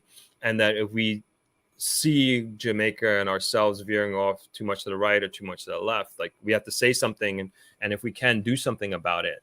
And I think, a big part of that is just educating and being aware of what is happening and being in a position to speak from a point of an informed point, so that if you do have great ideas and you do have a perspective that is not being considered, that you're able to articulate it to the right person and the right people and the right groups of people to hopefully be able to make adjustments that are in the best interest of the collective and the best interest of the country. But yeah, I do think Jamaica is on a very good path, honestly. All right. Sorry, I'm all over the place here. Miguel says, how's the internet connection in a grill? Do you have fiber at your hotel? If so, what speed are you achieving? Yep. So internet connection in the grill is really good. We do have fiber at the hotel. There are fiber connections, different fiber connections. So we will get up to 100, we'll get up to 100 download megs per second, and same with uploads, and sometimes even more, sometimes even over that, as a matter of fact. I heard that another hotel has like a 1 gig connection directly to the hotel. So like I'm looking into that as well. And I mean, 1 gig, like that is crazy. That would be crazy. 1 meg, sorry, 1 meg. 1 meg would be crazy. And that's 1,000 megabytes per second, like ridiculous. So we're looking into one meg connection, and pretty stable. We have backup internet as well that is DSL. So if that goes down, obviously not even close to a meg, but it's better than, like, especially if you're like in the work from home situation, that at least you have something. You can send emails, you can even live stream, video conference on a DSL line as well. So there are backups to that. So yeah, internet is good. Internet is great. You have fiber connections, and then you can pay extra if you want to get that 1 meg up, 1 meg down static connection. Oren, what's going on? Thanks for joining. Benjamin, okay, you already answered this. The Outlet TV show Canada having problem with construction workers right now, and they say the money is going to the lower level position in the construction industry. Yep, so they're in the same boat as we are. Rochelle asked, how is Starlink? I heard it's very efficient, and rural areas, how is out west? I don't have Starlink. I've been saying I want to get this thing, but my friends who do have Starlink swear by it. They love it, and it's seemingly an amazing asset to Jamaica. For those that don't know, Starlink is a satellite internet connection that was created by Elon Musk that you can buy, have it shipped to Jamaica, and you have 2 options. You can have like set it up in your house, and it finds the satellites, and you get your internet to your house. And then you have like a roaming one as well, where you can kind of be on the road and you have constant internet connection. And it's from what I hear, it's a bit of a game changer. Mystical says trade schools is so important. Not every child is for college. I agree. Mr. and Mrs. Ming, to be successful in anything, mindset is key. Every extremely successful person got to that level through mindset conditioning. For things to change, mindset has to change. Agree. I would be able to afford a nanny, housekeeper, etc. in Jamaica. Would never be able to do that in NYC. Chris BW says you can't compare NYC with Jamaica. Nope, never do compare, but I use it to build context. I think there has to be something relative that you're comparing it to. And so if you live in Wyoming, you're going to compare Jamaica to Wyoming, and you got to build that context because you know Wyoming, you know Jamaica. And so is it more affordable to live in Jamaica than Wyoming? Is it more affordable to live in South Africa than Jamaica? That sort of thing. And so there's definitely not a direct comparison, but there is, you got to contrast the two. We have to build context. Just like Joe is saying here, I'd be able to afford a nanny, housekeeper, etc. in Jamaica, never be able to do that in NYC. I have a friend that, I have friends that have multiple kids, and they live in Jamaica, and like they have a nanny, they have a housekeeper, but like Joe was saying, could not afford that in New York City. And so I think these direct comparisons are important. The cost of living, the cost of milk, the cost of a mango, right? Just different things that you would do. I think it is important to do those direct financial, especially like in your particular situation, like whatever it is that you spend money on a monthly basis. And then moving to Jamaica, like the one thing that you need to figure out more than anything else is like, how are you going to make this income? What is your income going to be? Where is it going to come from? And then you kind of have to work backwards from there. But I was having this discussion with the subscriber the last week, as a matter of fact, and we were just like, you can't come to Jamaica and then try to figure out how you're going to make money. Like, don't do that. Like, that's one of the worst things you can do. And I've seen people like really go through the struggle of doing that. Some figure it out, many don't. So I would advise you, if this is something that you're thinking about doing, just to try and have that figured out beforehand. Jay Fitz, with any progress, you can't save everyone. I don't mean to be insensitive, but that's the reality of progress. Yeah. That is true. That's an unfortunate reality, but you have a point there, Jay Fitz. But we can try to save as many as we can, right? Kate says, I have a book full of ideas and designs that are incredible. Would love to hear some of them. Elaine Watt says, no, leave our street carts alone. Those guys designed them themselves, and it's authentic to Jamaica. Each person makes it their own. Everything don't have to look westernized.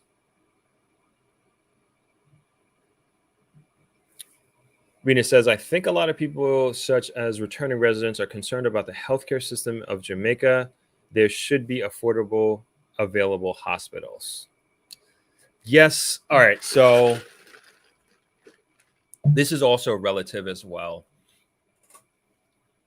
So particularly if you're an American, you're American or been living in America for an extended period of time, how costly healthcare is. It can be financially crippling. Like even one hospital visit, even one drive in an ambulance to the hospital, that you could be paying that off for years and years and years and years. Now, and I meant to put this video together for this week. So now when you compare what you would say for healthcare, and this is a direct comparison, and I can do this because it just makes sense. We compare a direct comparison to certain healthcare services in the US to that of Jamaica. There is just no comparison in terms of how much money you can save. And so I always recommend, especially now, like I've been doing more of these healthcare videos and talking to more and more healthcare experts in Jamaica, and like finding out more about the cost of, I'm using the term run of the mill, but not to downgrade it or downplay these services, because they're extremely important. But such things as your dental appointment, dental care, eye care, MRI, which I did last week, as a matter of fact. These are in a sense commoditized services that have global standards to them. And the reason why I'm emphasizing that is that, we're not talking about you're going to like NYU to do heart surgery and you're getting the best heart surgery in the world. That's not what I'm saying here. I'm saying, like, if you want to get your eye checkup and you don't have eye care coverage in, say, New York or in the United States, and like, hey, why not do that while you go down to Jamaica? And there are great ophthalmologists down there. There are great dentists down there. There are great lab technicians in Jamaica that are just as trained, just as capable as your doctor here. Example, I went to get my MRI on my right knee. I have insurance, Jamaican insurance with Sagicor, as a matter of fact, but I didn't have like the swipe card with me, so I have to pay cash, and then I'll get reimbursed for it. So the straight out-of-pocket cost for me to get an MRI on my knee was 46,000 Jamaican dollars. Ballpark, that's about 300 US. Now, I don't know how much people pay when they have insurance in the US. Maybe it's $0. Maybe it's a percentage of the total cost. I don't know. Maybe somebody can speak to that. But $300 out of pocket, and then I'm probably going to be reimbursed like a significant percentage of this. Maybe all of it. I don't know, but I will follow up and let you all know of the $300 that it cost me out of pocket. And then, you know, I got this breakdown of like my knee. Maybe I can show you real quick of like what happened to my knee. It doesn't sound good, but let's see. Yeah, I got it right here. So like, give me like this huge, like this very comprehensive breakdown. Hold on.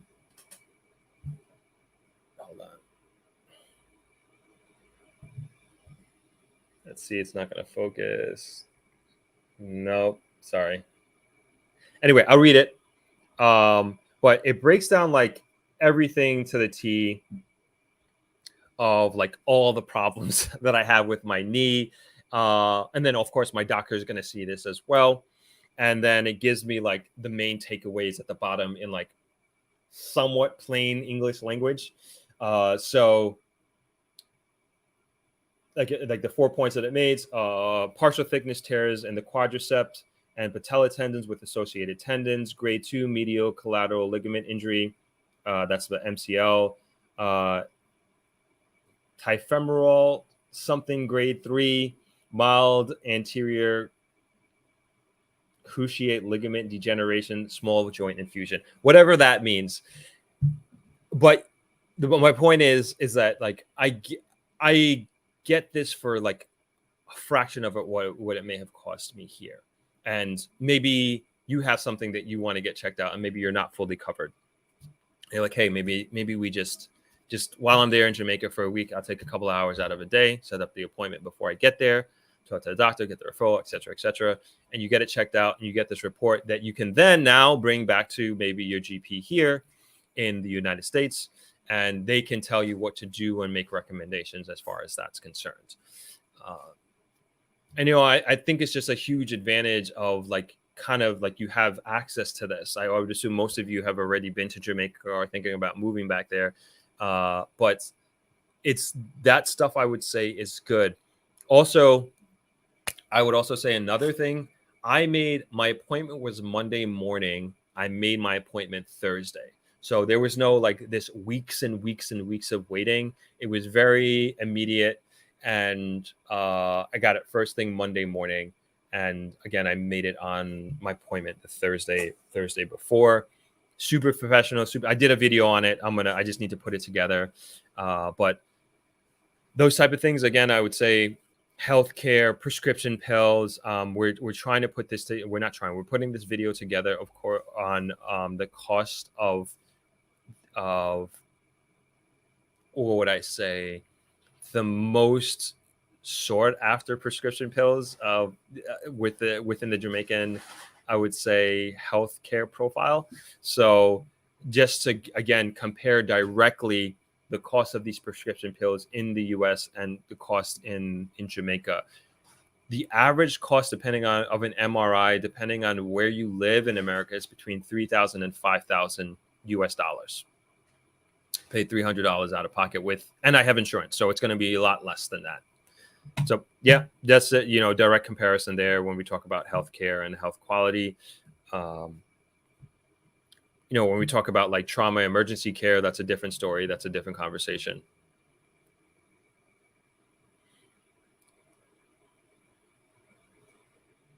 I think Watt says, if we are compare Jamaica to any country, it should be compared to other Caribbean countries, not to South African, Asian, South America, or North America. I don't believe that, because we gotta understand is that you can live like we're in like somebody was saying before, we are becoming more and more globalized. And if you have the ability to live anywhere in the world, and this is in the context of moving here, and you are making your lifestyle decision, economic decisions, like all this, I'm gonna raise my family here. What's the schooling like? You have to compare it to all of these countries. You have to. And like, you're making a vote with your feet. And so if you're only comparing Jamaica to where you're living and not to the other countries, you could be doing yourself a great disservice. And why wouldn't, if you have the ability to live anywhere in the world, why wouldn't it be somewhere that you want to be and that you're like, this is the best place for me to live because I've done my homework and I've done my comparisons, and for whatever reason, for whatever your reasons are, you're choosing to live in Jamaica. And a lot of people feel that strongly about Jamaica. So I think doing these types of comparisons is important to build context. Like why would I'm not going to compare Jamaica to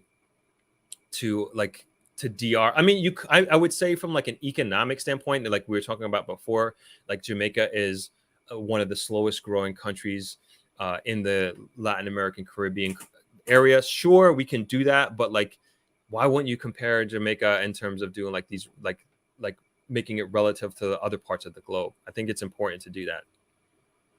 BCA says places in Portland do not have running water. Yep, I heard that. Gizzy J says Uber is in Kingston though. Yep, some other YouTubers have made videos about their experience with Uber in Kingston. Luke says Uber in Kingston is under a different model.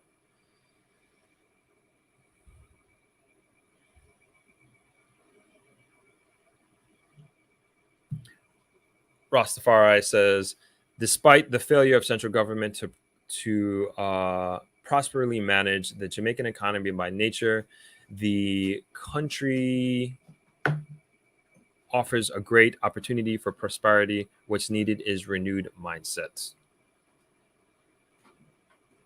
Alfonso Worth says, Throp, I know you're on another topic here, but what do you think about the recent waiver on stamp duty on cars shipping from Europe?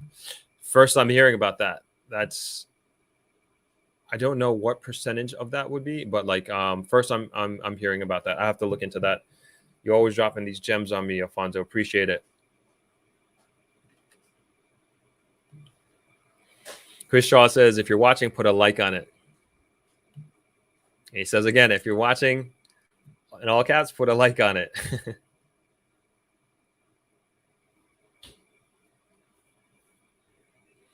Rose White says, hell no, no projects, affordable condos. Gotcha. Heard you loud and clear.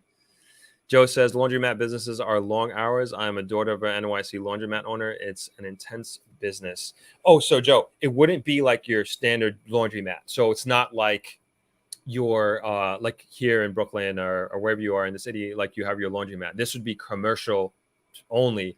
Maybe there would be like some sort of like residential laundromat, if you will, facility part of it. But like I'm really focused on like these huge machines where like laundry is being delivered by the truckload and there are certain hours. But yeah, I guess, man, this facility might have to be a 24 hours. I guess it would depend on, the volume of business, but yeah, could be long hours. I think you're right. But yeah, this wouldn't be that type of business. At least the one that I'm thinking you're referring to. Alfonso Worth says, I think this is going to change the landscape of luxury cars in Jamaica. You can now buy any car in Europe and ship it to Jamaica duty-free. That's crazy. That's crazy. All right, I'm going to look into that.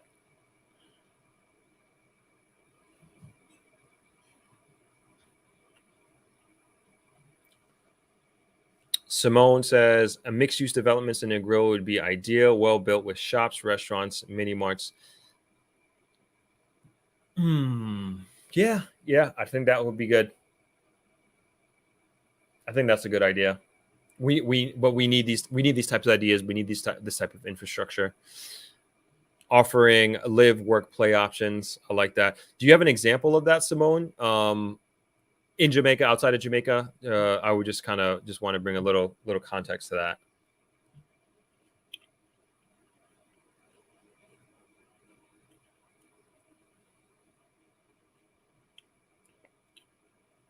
Thank you, Claudette. Says I've learned so much from you. Awesome to hear. Sarah V says, at what point do you think it'll be too late to invest in real estate in Negril? I mean, I think we're far way off from that, to be honest. I think we're far way off. There's like caveat to that. There's an old real estate saying that the best time to invest was 5 years ago. I don't think we're quite there yet, but it's still, it's a great time to invest in the Negril. And I'm not saying like this is like, yo, you got to get in now. It's going to be too late in a year from now. No, I don't think we're there yet, but It's building up. It's building up. And the reason why I say that, particularly when we talk about residential housing, there's such a need. There's an incredible need for it right now, that it's going to take a while. It's going to take a while for developers to meet that demand. Unless somebody comes in with like tens of millions, maybe hundreds of millions of dollars, and say like, "Oh, this is what we're going to do. We're going to take care of this," and just go in. And maybe that would be too late. But I don't think we're there. We also got to think when you think about like these thriving communities and thriving cities and what they bring to the table to attract certain types of people and to attract highly talented, highly motivated, very smart people, is certain types of businesses. And the Grill is lacking so many of them, just like basic things that I would say, like, Joe had brought this up a few live streams ago when we were talking about ChatGPT and what it can do. And the idea that we put together this idea, we had AI write a letter to the Negro Chamber of Commerce advocating for the need of a movie theater. And Joe was saying that a movie theater is just so important to a community because it cultivates like all these things, community, togetherness. And so movie theater, we don't have a movie theater. We don't have like a bowling alley. We don't have just activities. We don't even have a park that kids can go and play. We have a private park that Mr. Issa put together that I believe only costs $100 Jamaican. That is down at the old Hilo Plaza. Beautiful, awesome, very nice park. But there's no public park for kids to go and for people to hang out. So there's a lot of things missing. Do we have a coffee shop in the Grill? I don't think so. I can't think of a place that I would say like I go. There used to be Miss Betty's. That's not the name of it, but it was at Times Square shopping plaza, but she shut down. That's where me and my brothers used to go for coffee and hang out and do some meetings. But yeah, we don't have these simple amenities, if you will.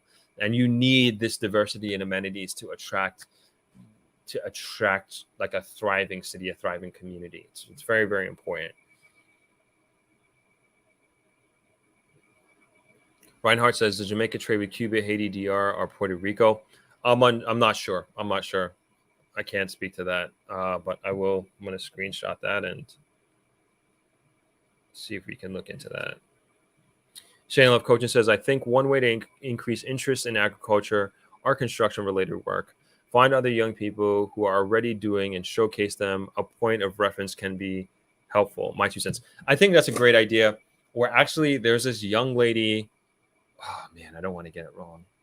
I think she's from, you guys might have seen the news report they did on her.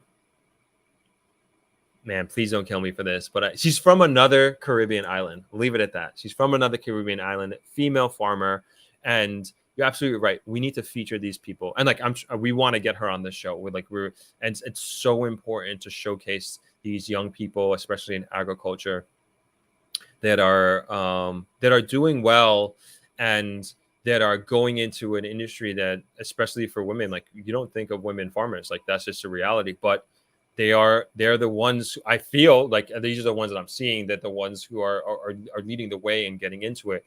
Do you guys know Farmer Girl Jess? She's a YouTuber, and she's a farmer. She's been featured in the news a few times, and these are people that we want to big up, we want to encourage, we want to support, we want to recognize. Great point, Shayna.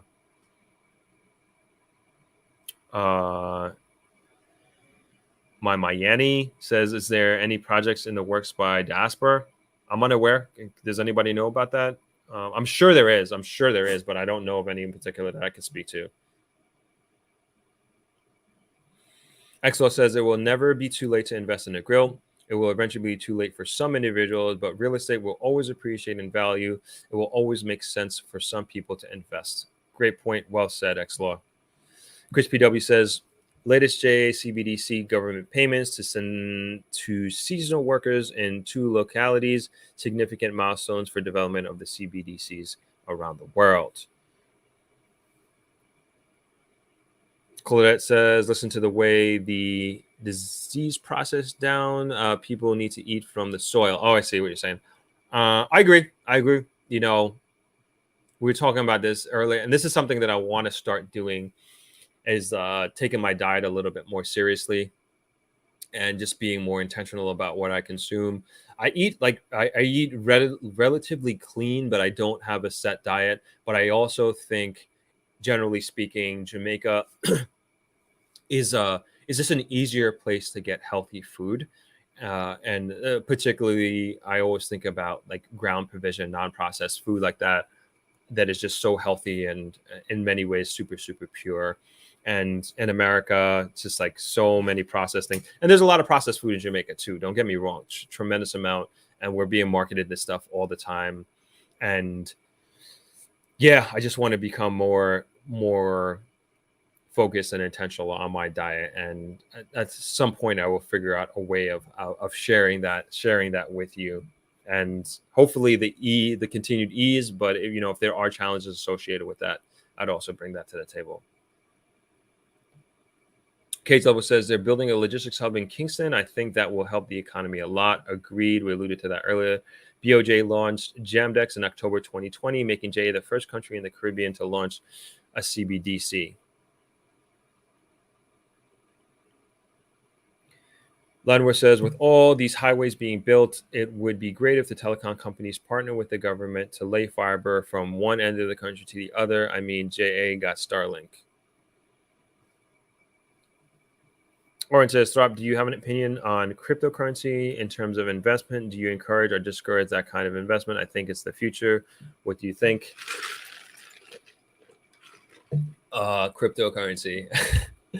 I mean, crypto is obviously like down really bad right now, particularly Bitcoin. I dabbled in it. Am I a cryptocurrency trader? Not by any means. It's a risky. I mean, no investment advice here, but it's a highly risky endeavor. I do believe that it can be the future, as they're talking about CBDC and everything like that. Like this could be the future. This can be the future, and but right now it's extremely, extremely risky. And even with the brokerages that I trade on, they only allow a certain percentage of your overall portfolio to go towards cryptocurrencies because of its high volatility. So all I would say is just be careful and diversify as much as humanly possible. That's the best thing I could say.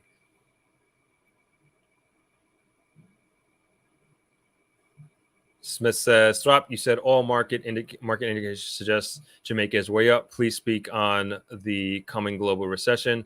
Oh, I never said all market indicators. Nah, I never said that. never said that. Cersei Smith says, how certain do you think it is? How soon? And how will it affect Jamaica, and or how Jamaica can take advantage of it? No waterfall or unicorn chasing, please. Just a straight chaser. Thank you. So I would say, so what I'm talking about is more so from an anecdotal perspective, and that I can't even say anecdotal, from a real world perspective, is the direct foreign investment that's coming into Jamaica. It's never been like this. I would say the last 5 to 7 years, the increased influx of money coming into Jamaica. Jamaica's new room construction is at an all-time high. I forget how many thousands of rooms are coming on board within, when I say on board, completed within the next 6 to 8 months is incredible. And then when you look at the 10-year trajectory, it's also incredible. We're talking about tens of thousands of new rooms coming into Jamaica. So we're doubling down on a lot of on tourism more than anything else. When you look at our debt to GDP ratio, that's also come down. This is what I opened up this discussion with. It's come down tremendously. I think we're at about 85%, coming down from 100 and something percent in 2014. And in the 90s, I believe we were very close to 200%. And you also look at where do I want to go with this? You also look at I would even say the housing rollout that's happening with this government. And this is mainly affordable housing that's coming on board, and the focus with that. And the big one that I would say is the asterisk, the thing that many people are betting on that I would say, I've been saying could change the life of every little boy and girl in Jamaica, is the global logistics hub. And like, that's one of the main things that a lot of people are betting on from the outside in. And Jamaica could be the logistics hub of the West when you look at like a Singapore or something like that. And so that's what I mean. And when you look at, and I have some more economic data that I want to get into in a second, which will kind of close out the white paper that we put together here, talking about the economic recovery and outlook. So that should answer some of your questions more directly, and hopefully that kind of gave you some confidence. Also, even the stock market as well. I think that's another great indicator at how well the Jamaican stock market has been doing, and we've been awarded. The Jamaican stock market has been awarded the best performing stock exchange in the recent years. I believe twice in the last few years. And so these are the things that I talk about. And when I say the trajectory of Jamaica, when you also look at the housing developments, particularly in Kingston, and how that is going, these are the things that give me a lot of confidence in Jamaica. And we'll get into the numbers shortly. I'm realizing we're running out of time. I can't believe we're over 2 hours. So we got about another 19 minutes. Then unfortunately, I got to get going. All right, let's keep going here. Patrice Davis says, I'm glad you said that, Throp. A lot of people don't realize they can use their skills and knowledge to start knowledge-based business. I did, and I teach people how to be a ready, set, go consultant. Oh, cool. B. Hewitt, ambulance services. Okay, B. All right, gotcha. All right, let's put this in context. B. Hewitt says, that is my concern about moving to Jamaica, healthcare. And then he says ambulance services. So healthcare is different in different parts of Jamaica. And so, your major hospitals are going to be in Kingston. They have a major hospital in Montego Bay as well. Negril just recently has a new private hospital that opened up this year, as a matter of fact, Omega Medical Hospital. So you got to look into that. I know Mandeville has, from what I understand, has good healthcare, because a lot of retirees move to Mandeville, and healthcare, of course, becomes more important as we get up there in age. Ebony X says, healthcare in Jamaica is no worse than sitting in a waiting room in a hospital in New York. Even worse, dying, waiting for services. The Outlet TV show says Jamaica can capitalize on tourism, healthcare. It's a niche market. They should build infrastructure and capitalize on it. They could get doctors from Cuba. We actually have a lot of good doctors here. And some doctors are already capitalizing on that. And I'm going to continue to try to highlight these doctors, because I don't think a lot of people take into consideration this health tourism, and taking some time, again, especially, I know many healthcare policies in America don't cover dental and don't cover your eye services. So I'm gonna highlight these people as much as possible, and hopefully some people take advantage of this. When I put on my my Instagram story about my knee and doing the MRI there, I had a friend of mine. She contacted me, said she's having a hip issue. She's a young woman, like less than 30 years old, and she has something wrong with her hip that she hasn't got taken care of, and she doesn't have healthcare here. And she's like, do you think I can do it in Jamaica when I come down? I was like, absolutely. I have her set up an appointment with the doctor, get her referral. She'll get her MRI on her hip, see what's going on, take it from there. Can even do hopefully she doesn't need surgery, but she can even do, if it's physical therapy, they're great physical therapists here. Had another friend contact me a couple of weeks ago. She unfortunately, and I won't mention her name, you might be watching, but she unfortunately got into a car accident here in New York. I believe she was in Harlem. And fortunately, she was okay and didn't have any life-threatening injuries or anything like that. But she had some injuries to her back. I believe it was her back. And then she was like referring to these conversations that we have on the live stream about healthcare. And she's like, can you put me in touch with the doctors to see a doctor and also to do a physical therapist to do physical therapy? No problem. Gave her the information. And a couple of days later, she got her appointment set up. Thank you very much. How much that would have cost here in New York, I have no idea. But I can guarantee you it's exponentially more money. But you have great, amazing doctors in Jamaica, in Negril, great, amazing physical therapists in Jamaica, in Negril. And why not? Why not give them the business, and why not have them help you out, and why not do it in paradise? Lenworth Lewis says, was there any reason you chose Sagicor Healthcare? No, Travelers chose Sagicor Healthcare, so I just went with them. So it was a company decision, but I don't know. I don't know the reasons why they chose Sagicor over another company. Mystical says, in the U.S., an MRI has to be authorized, and I feel for the patients, it's very expensive here. Good point. Patrice Davis said, so glad that you're doing that. I'm moving in a few months, and healthcare access is one of my top concerns. Thanks, Throp. You're welcome. No problem.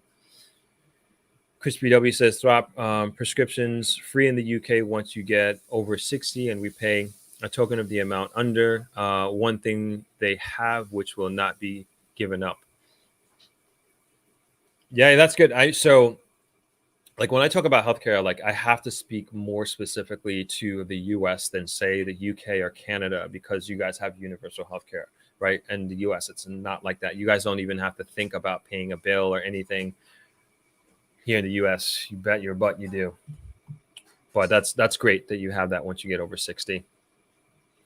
Kodak Samuel says, my friends used to send their kids to Jamaica for orthodontic care. Braces are cheaper. Great. That's smart. Super smart. Rochelle Campbell says, hey, any news on a potential hack on the bank investment houses? JMB has been down since Thursday. No access to your account, and Mayberry Investment email they have been hacked last night. What? I did not hear this. I don't know if it's because I'm not in Jamaica, but I didn't hear any of this. No, I have to look at this. Hold on.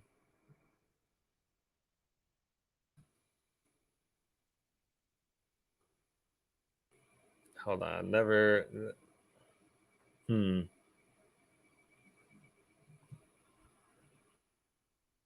Oh, haven't heard about this. Sorry, I'm trying to look this up. I'm not seeing anything as I type it in, like did a quick Google search.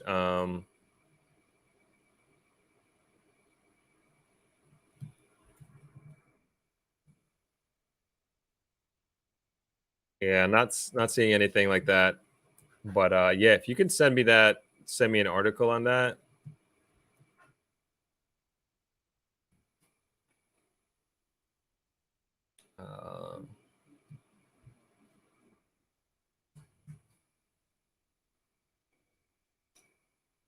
Maybe I need to look a little deeper. But yeah, let me know if you've seen it, if there's anything else. But I haven't seen anything like that, Rochelle. X Lewis says the politicians raise their salaries, so of course they want to eliminate the luxury car taxes now. Them think they're slick. Every politician will be driving Mercedes-Benz now.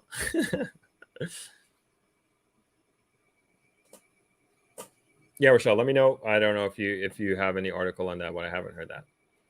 Jay Fitz, with your business plan for the laundry project, what was the estimated budget startup cost and number of years to break even? I don't have the estimated budget right now, but it was like a few million US dollars for sure. I want to say, I mean, this is just it's got to be like 3 to 5 million, and the return on investment was 2 to 3 years. I know that, but I'd have to look that up and get back to you on that. But I haven't looked at it since I created it. Copeland Russell, did you know making their own car? Nigeria's making their own cars.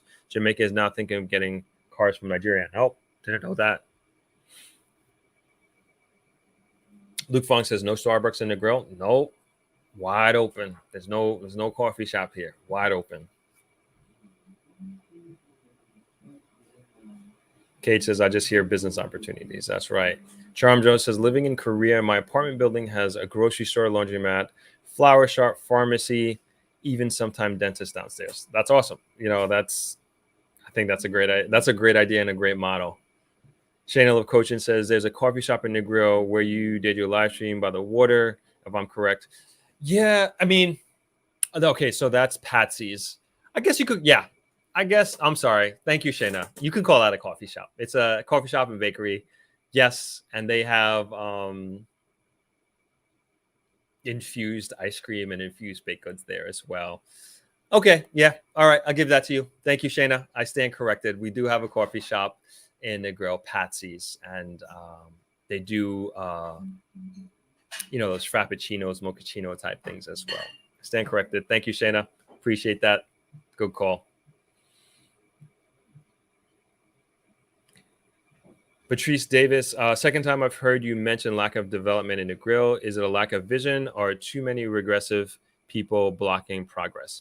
No. So I was speaking to, I think it's a few things. So I was speaking to a realtor, prominent realtor in Kingston. And I was just like asking them, like, why aren't developers coming to the grill? And Kingston developers look at the grill like she was telling me, like, it's a different country. Like, that's how far they in their minds Negril is, and it's just too far, and they aren't even considering it because it's so far. That's one of the main things. So I think it's a mindset thing. She also told me that she thinks it's a lack of understanding. There is a lack of understanding of the opportunity in Negril. I think that's a big part of it. And I don't think they understand the real estate landscape, the investment opportunity landscape that is in Negril. And hopefully with these videos that I'm creating and putting together, that it at least sparks something in some of these developers, because I think they could do exceptionally well. I believe as a business community and as even a societal community that Negril would really welcome these developers, especially if they have the intention of helping to grow the economy, helping to grow the community, and with their developments, having the understanding that they would also create opportunity for other people as well. So if there are Kingston developers listening to this, we would welcome you with open arms. And I shouldn't say that. So there are some developers, at least I know of one developer who has already started a project in Negril. So we would love to have more. The Outlet TV show for a movie theater, it could be a drive-in theater to begin with. Good idea. I always thought that would do well. Thank you for the idea. Simone says mixed use would be the solution to what you're talking about, Throp. Thank you. I'm going to screenshot that. This is the second time you mentioned mixed use. Alfonso West says a beach park for Negril is in the makings, will definitely soon be reality, something like Harmony Park in Montego Bay. That's what we're hoping for. They've been talking about that for quite some time. So we're hoping for that to be a reality soon. Ms. Cole says the farm girl jests are different. Living on top, store / facilities on the bottom, no more than 3 to 4 levels. Yep. I think this is a great idea. I think this is a great idea. Thank you, Simone.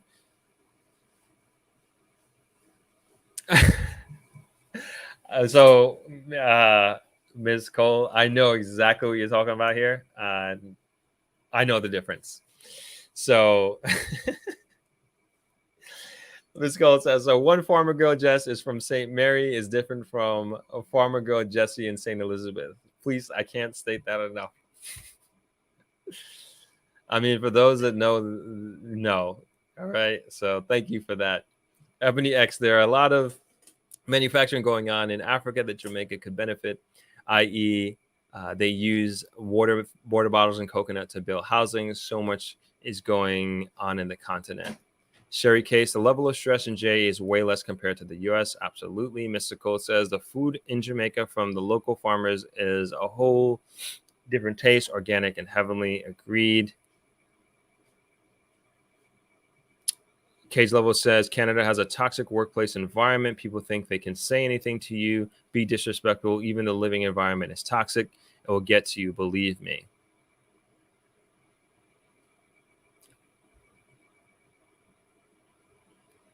Patrice Davis says US based doctors are planning on moving back to open up practices. I'm aware of 2. That's awesome. That's really, really awesome. Maybe Negril, who knows? Good for them. Eileen Watt says Jamaicans don't send their children to parks. Jamaica needs community centers where children can learn painting, music, dancing, acting, etc.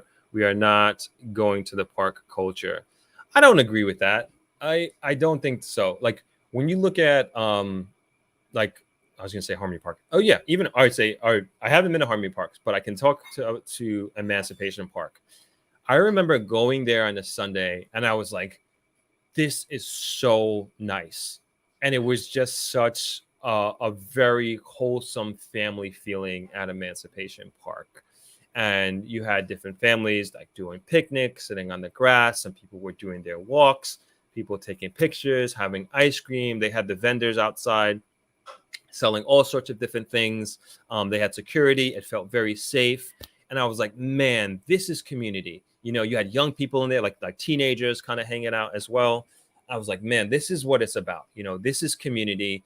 And I was like, this is what Negril needs. You know, Negril needs a park like this where people can come together on a Sunday, go for a walk, enjoy time together, enjoy leisure activity, feel safe. They can buy popcorn for the kids or cotton candy or whatever it is, and they can hang out on a Sunday.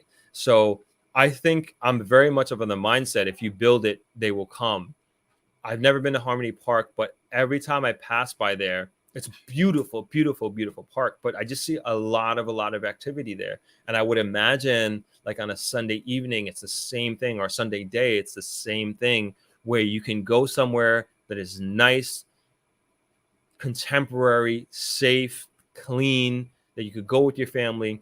You don't have to pay any money, and you just enjoy life. And I remember even like when I was a kid here in New York, and like I used to spend this, me and my brother used to spend the summers with my mom, and we didn't have any money. Like we had nothing. We didn't have anything, but I remember we went to the opening or the debut of Pocahontas in the park in Central Park. And it was just like this big thing for us, like huge. And my mom took us there, and they had Pocahontas on the big screen, and it was free for everybody in the city to go to and enjoy. And so for some kids that didn't have any money in Brooklyn, in the city, like I felt like I was part of New York. I felt like I was part of this community, and we wouldn't have been able to afford to pay for these tickets. And I still think, I mean, just think of that impact that it's had for me for like 30 years ago, for me to still have this memory in my memory bank and have that impact on me. It's just like, man, that is what community is about. That is what is a city is about supporting the development of the community and of a child and of children. And even now, is like on the subway the other day, like you see like these free concerts that are happening throughout the month throughout New York City. Like this stuff is so important because there are so many people that can't afford to go to a traditional movie theater or to go to an amusement park or a water park or whatever it is, do these different activities. But if a city or community or village can provide facilities that are free, low cost to the city, it makes all the difference in the world. And I can tell you that it has made all the difference in the world to like me and my brothers. And we still remember that Pocahontas debut to this day.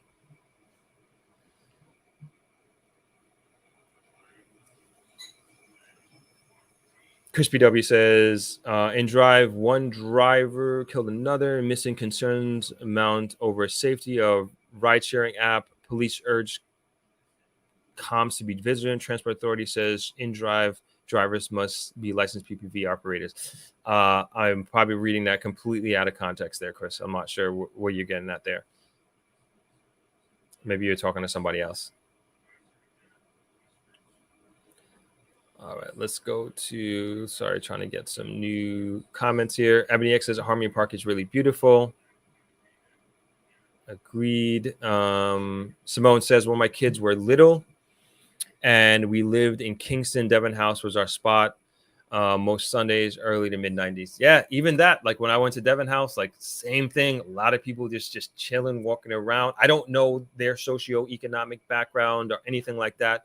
Didn't matter. It's just they were enjoying themselves. They were enjoying their Sunday. They were enjoying their ice cream.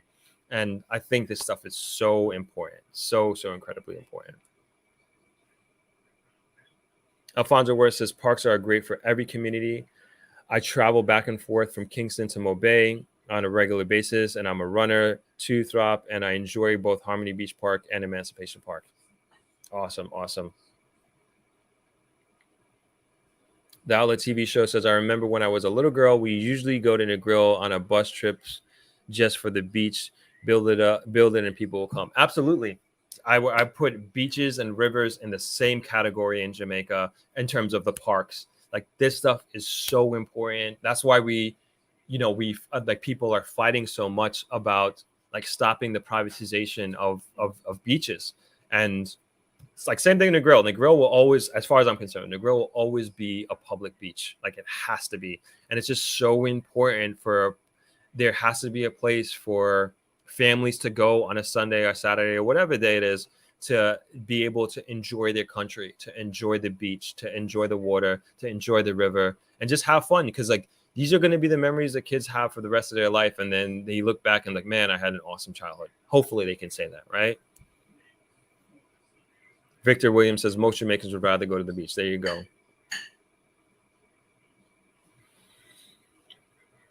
Elaine Watt, I live across from a park as a child. I was the only one there. Professional cyclists used it to train. It's still like that today. That's in the country area of Jamaica. Awesome. Alfonso Ware says, I think every parish in Jamaica should have a community park. Absolutely. Yeah, I think it's so important. Even for like walkers and runners, like you said, Alfonso, I think that stuff is just like when I go to a new city and like I've never been to before, and like I felt this way when I was in Johannesburg, South Africa, which is apparently extremely dangerous, like from what I heard, and I was warned multiple times. But I went out from my usual early morning run, and then like I saw like a bunch of walkers and I saw a bunch of runners. I saw cyclists as well. I was like, this is awesome. This is community, and like you got to think that I'm assuming like everybody there is mostly local. I'm running by, giving the runners wave and everything like that. I was like, this is what it's about, and that showed me there is like real community here where it's safe enough for people to have their routine, to go out for a run, to go out for a walk in the morning. And I was warned, like, because I was running with my phone, and if you follow me on Instagram, I was like posting stories about my runs and everything like that. But like multiple people told me, do not take your phone with you. Somebody's going to steal it, because that's the thing that they do. It's in Johannesburg. I believe it's the capital of South Africa, if I'm not mistaken. And so I stopped taking my phone with me on my runs when I was in Johannesburg. And then I got really lost. Like I didn't have my phone on me, so I couldn't use Google Maps or anything like that. And I just had to, like, I just went up to like a fellow, I think she was a walker. She's a fellow walker, runner, whatever she was. And she gave me directions back to the hotel. Like I was a mile away from the hotel. Like that's how far lost I was. I was trying to figure it out. But that was very nice, and I felt very comfortable. And even European cities, or even other parts of Jamaica, I would say, like when I'm driving through and it's like early morning and I see a lot of walkers and I see a lot of runners, I was like, man, this is awesome. That makes me feel confident. It makes me feel good. The Outlet TV show says they can make a beach park where they teach swimming lessons and other water sports. Yeah, man, we need some swimming lessons in Jamaica. I'll tell you that. Chris PW says, "Stop, take care." I have to skip. Okay, Chris, take care. Thanks for joining. What's going on, Seema? Seema says, I'm just joining the conversation, hearing the conversation about parks. Hope Gardens in Kingston is celebrating its 150th anniversary this year. I love going there. Awesome. I've only been there once for I think it was a 10K. 10K or 5K, but that's the only times I've been there. But and I went for like some evening event. But yeah, looked very nice. But I never really had a chance to kind of walk around and explore. I enjoyed this live. Please do more like this. I have so many questions. Okay, I definitely will. I actually got to go. I can't believe this has been 2.5 hours. So what I'm going to do, let me read this last part because the team worked very hard on this white paper document. So I just want to give you the rest of the information. I'm going to leave the links in the comment section here as well, as we talk about Jamaica's economic vulnerabilities. And I hate to leave you hanging dry here, but let's finish this up because I got to run. Economic recovery and outlook. In 2022, Jamaica experienced a current account deficit amounting to 3.5% of its GDP. The deficit was mainly driven by increased spending on imports, particularly on food and fuel, which offset the gains from higher tourism earnings. Despite ongoing recovery in total visitor arrivals, the numbers remained more than 20% below the levels in 2019. As a result, Jamaica's international reserves decreased by $317 million US to reach US 4.5 million, equivalent to approximately 5.8 months of total imports. This indicates that Jamaica's capacity to cover its import expenses declined during this period. In the period between 2023 and 2024, the expected average real GDP growth for Jamaica is 1.9%.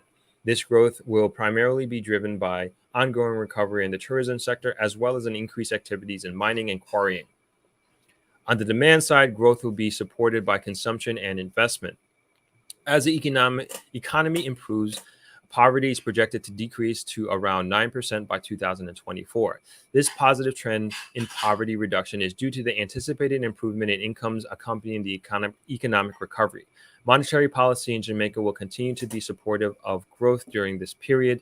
It will aim to ensure sufficient liquidity in the financial system, minimize pressures on the currency, and bring inflation back within the target range of 4 to 6%. These measures are intended to foster economic stability and facilitate sustainable growth. All right. We will get this white paper up on the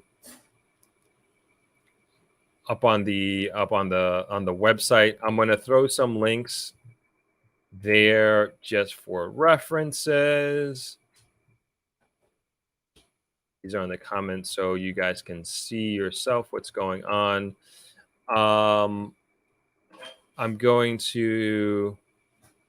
I think this is a very important website, the Statistical Institute of Jamaica. So they're always doing these surveys, and a lot of quantitative data comes from them as well. They actually sometimes canvass us as well as the hotel industry to excuse me, to kind of figure out what's going on. I'm going to put a link in there to the IMF Jamaica page and then also Focus Economics. So you can have all these sources. And I hope that helps, for everybody here to get a better understanding of the Jamaican economy, where we're coming from, where we compare to other countries around the globe, Caribbean included. But yeah, this was a great discussion. Thank you everyone for participating. I do have to cut. I'm really behind schedule here. I got to eat and bounce really quick. But this was great. This went into a little bit different of a direction. But I love the engagement, and I love being able to address and answer your questions. And let me close out. Let me just make sure I see a few comments from people who haven't commented here before. Okay, Sarah B says there's a beautiful beach park in Montego Bay, not far from the airport, and it's still being built out. I'm sure more has been completed since I went in 2022. You must be talking about Harmony Park. Yeah, that has been completed. Amazing, really, really beautiful. That's the one we've been referencing. Sherry Case Throp, thank you, Throp. I try not to miss any of your videos. Great job. Thank you so much. B. Hewitt, thank you for your so informative. Really appreciate it. Of course. Dosey Dose. Hey, haven't seen you this whole time, but good to see you here. Throp is the best. He cares about Negril like very few. It is people like him that will secure Negril's future. I'm trying, doing my best, doing my part, I should say. And Cindy B says, I also believe the economists and politicians need to sit down at a planning meeting to develop ways to improve Negril. Negril is small, but has potential. Totally agree. All right. You all take care. I'm reading these comments. Take care, of course, but take a look at the links that I have as well. If you want to do a little bit of more of your own research and dive into the numbers, I will try to put them in the description below, so it can be easier for you all to click the links and everything like that. Okay, thank you all. Have a great rest of your weekend, and I will see you next Sunday. We got another video coming out tomorrow. This is from ThropX. This is St. Alban, Clark, and Noel Phillips talking about, is it better to invest in the west or in the east of Jamaica from ThropX. They did a phenomenal job, and I'm excited to release that tomorrow, I think 12 o'clock, if I'm not mistaken. All right, take care. Have an awesome weekend and an awesome week coming up. Bye.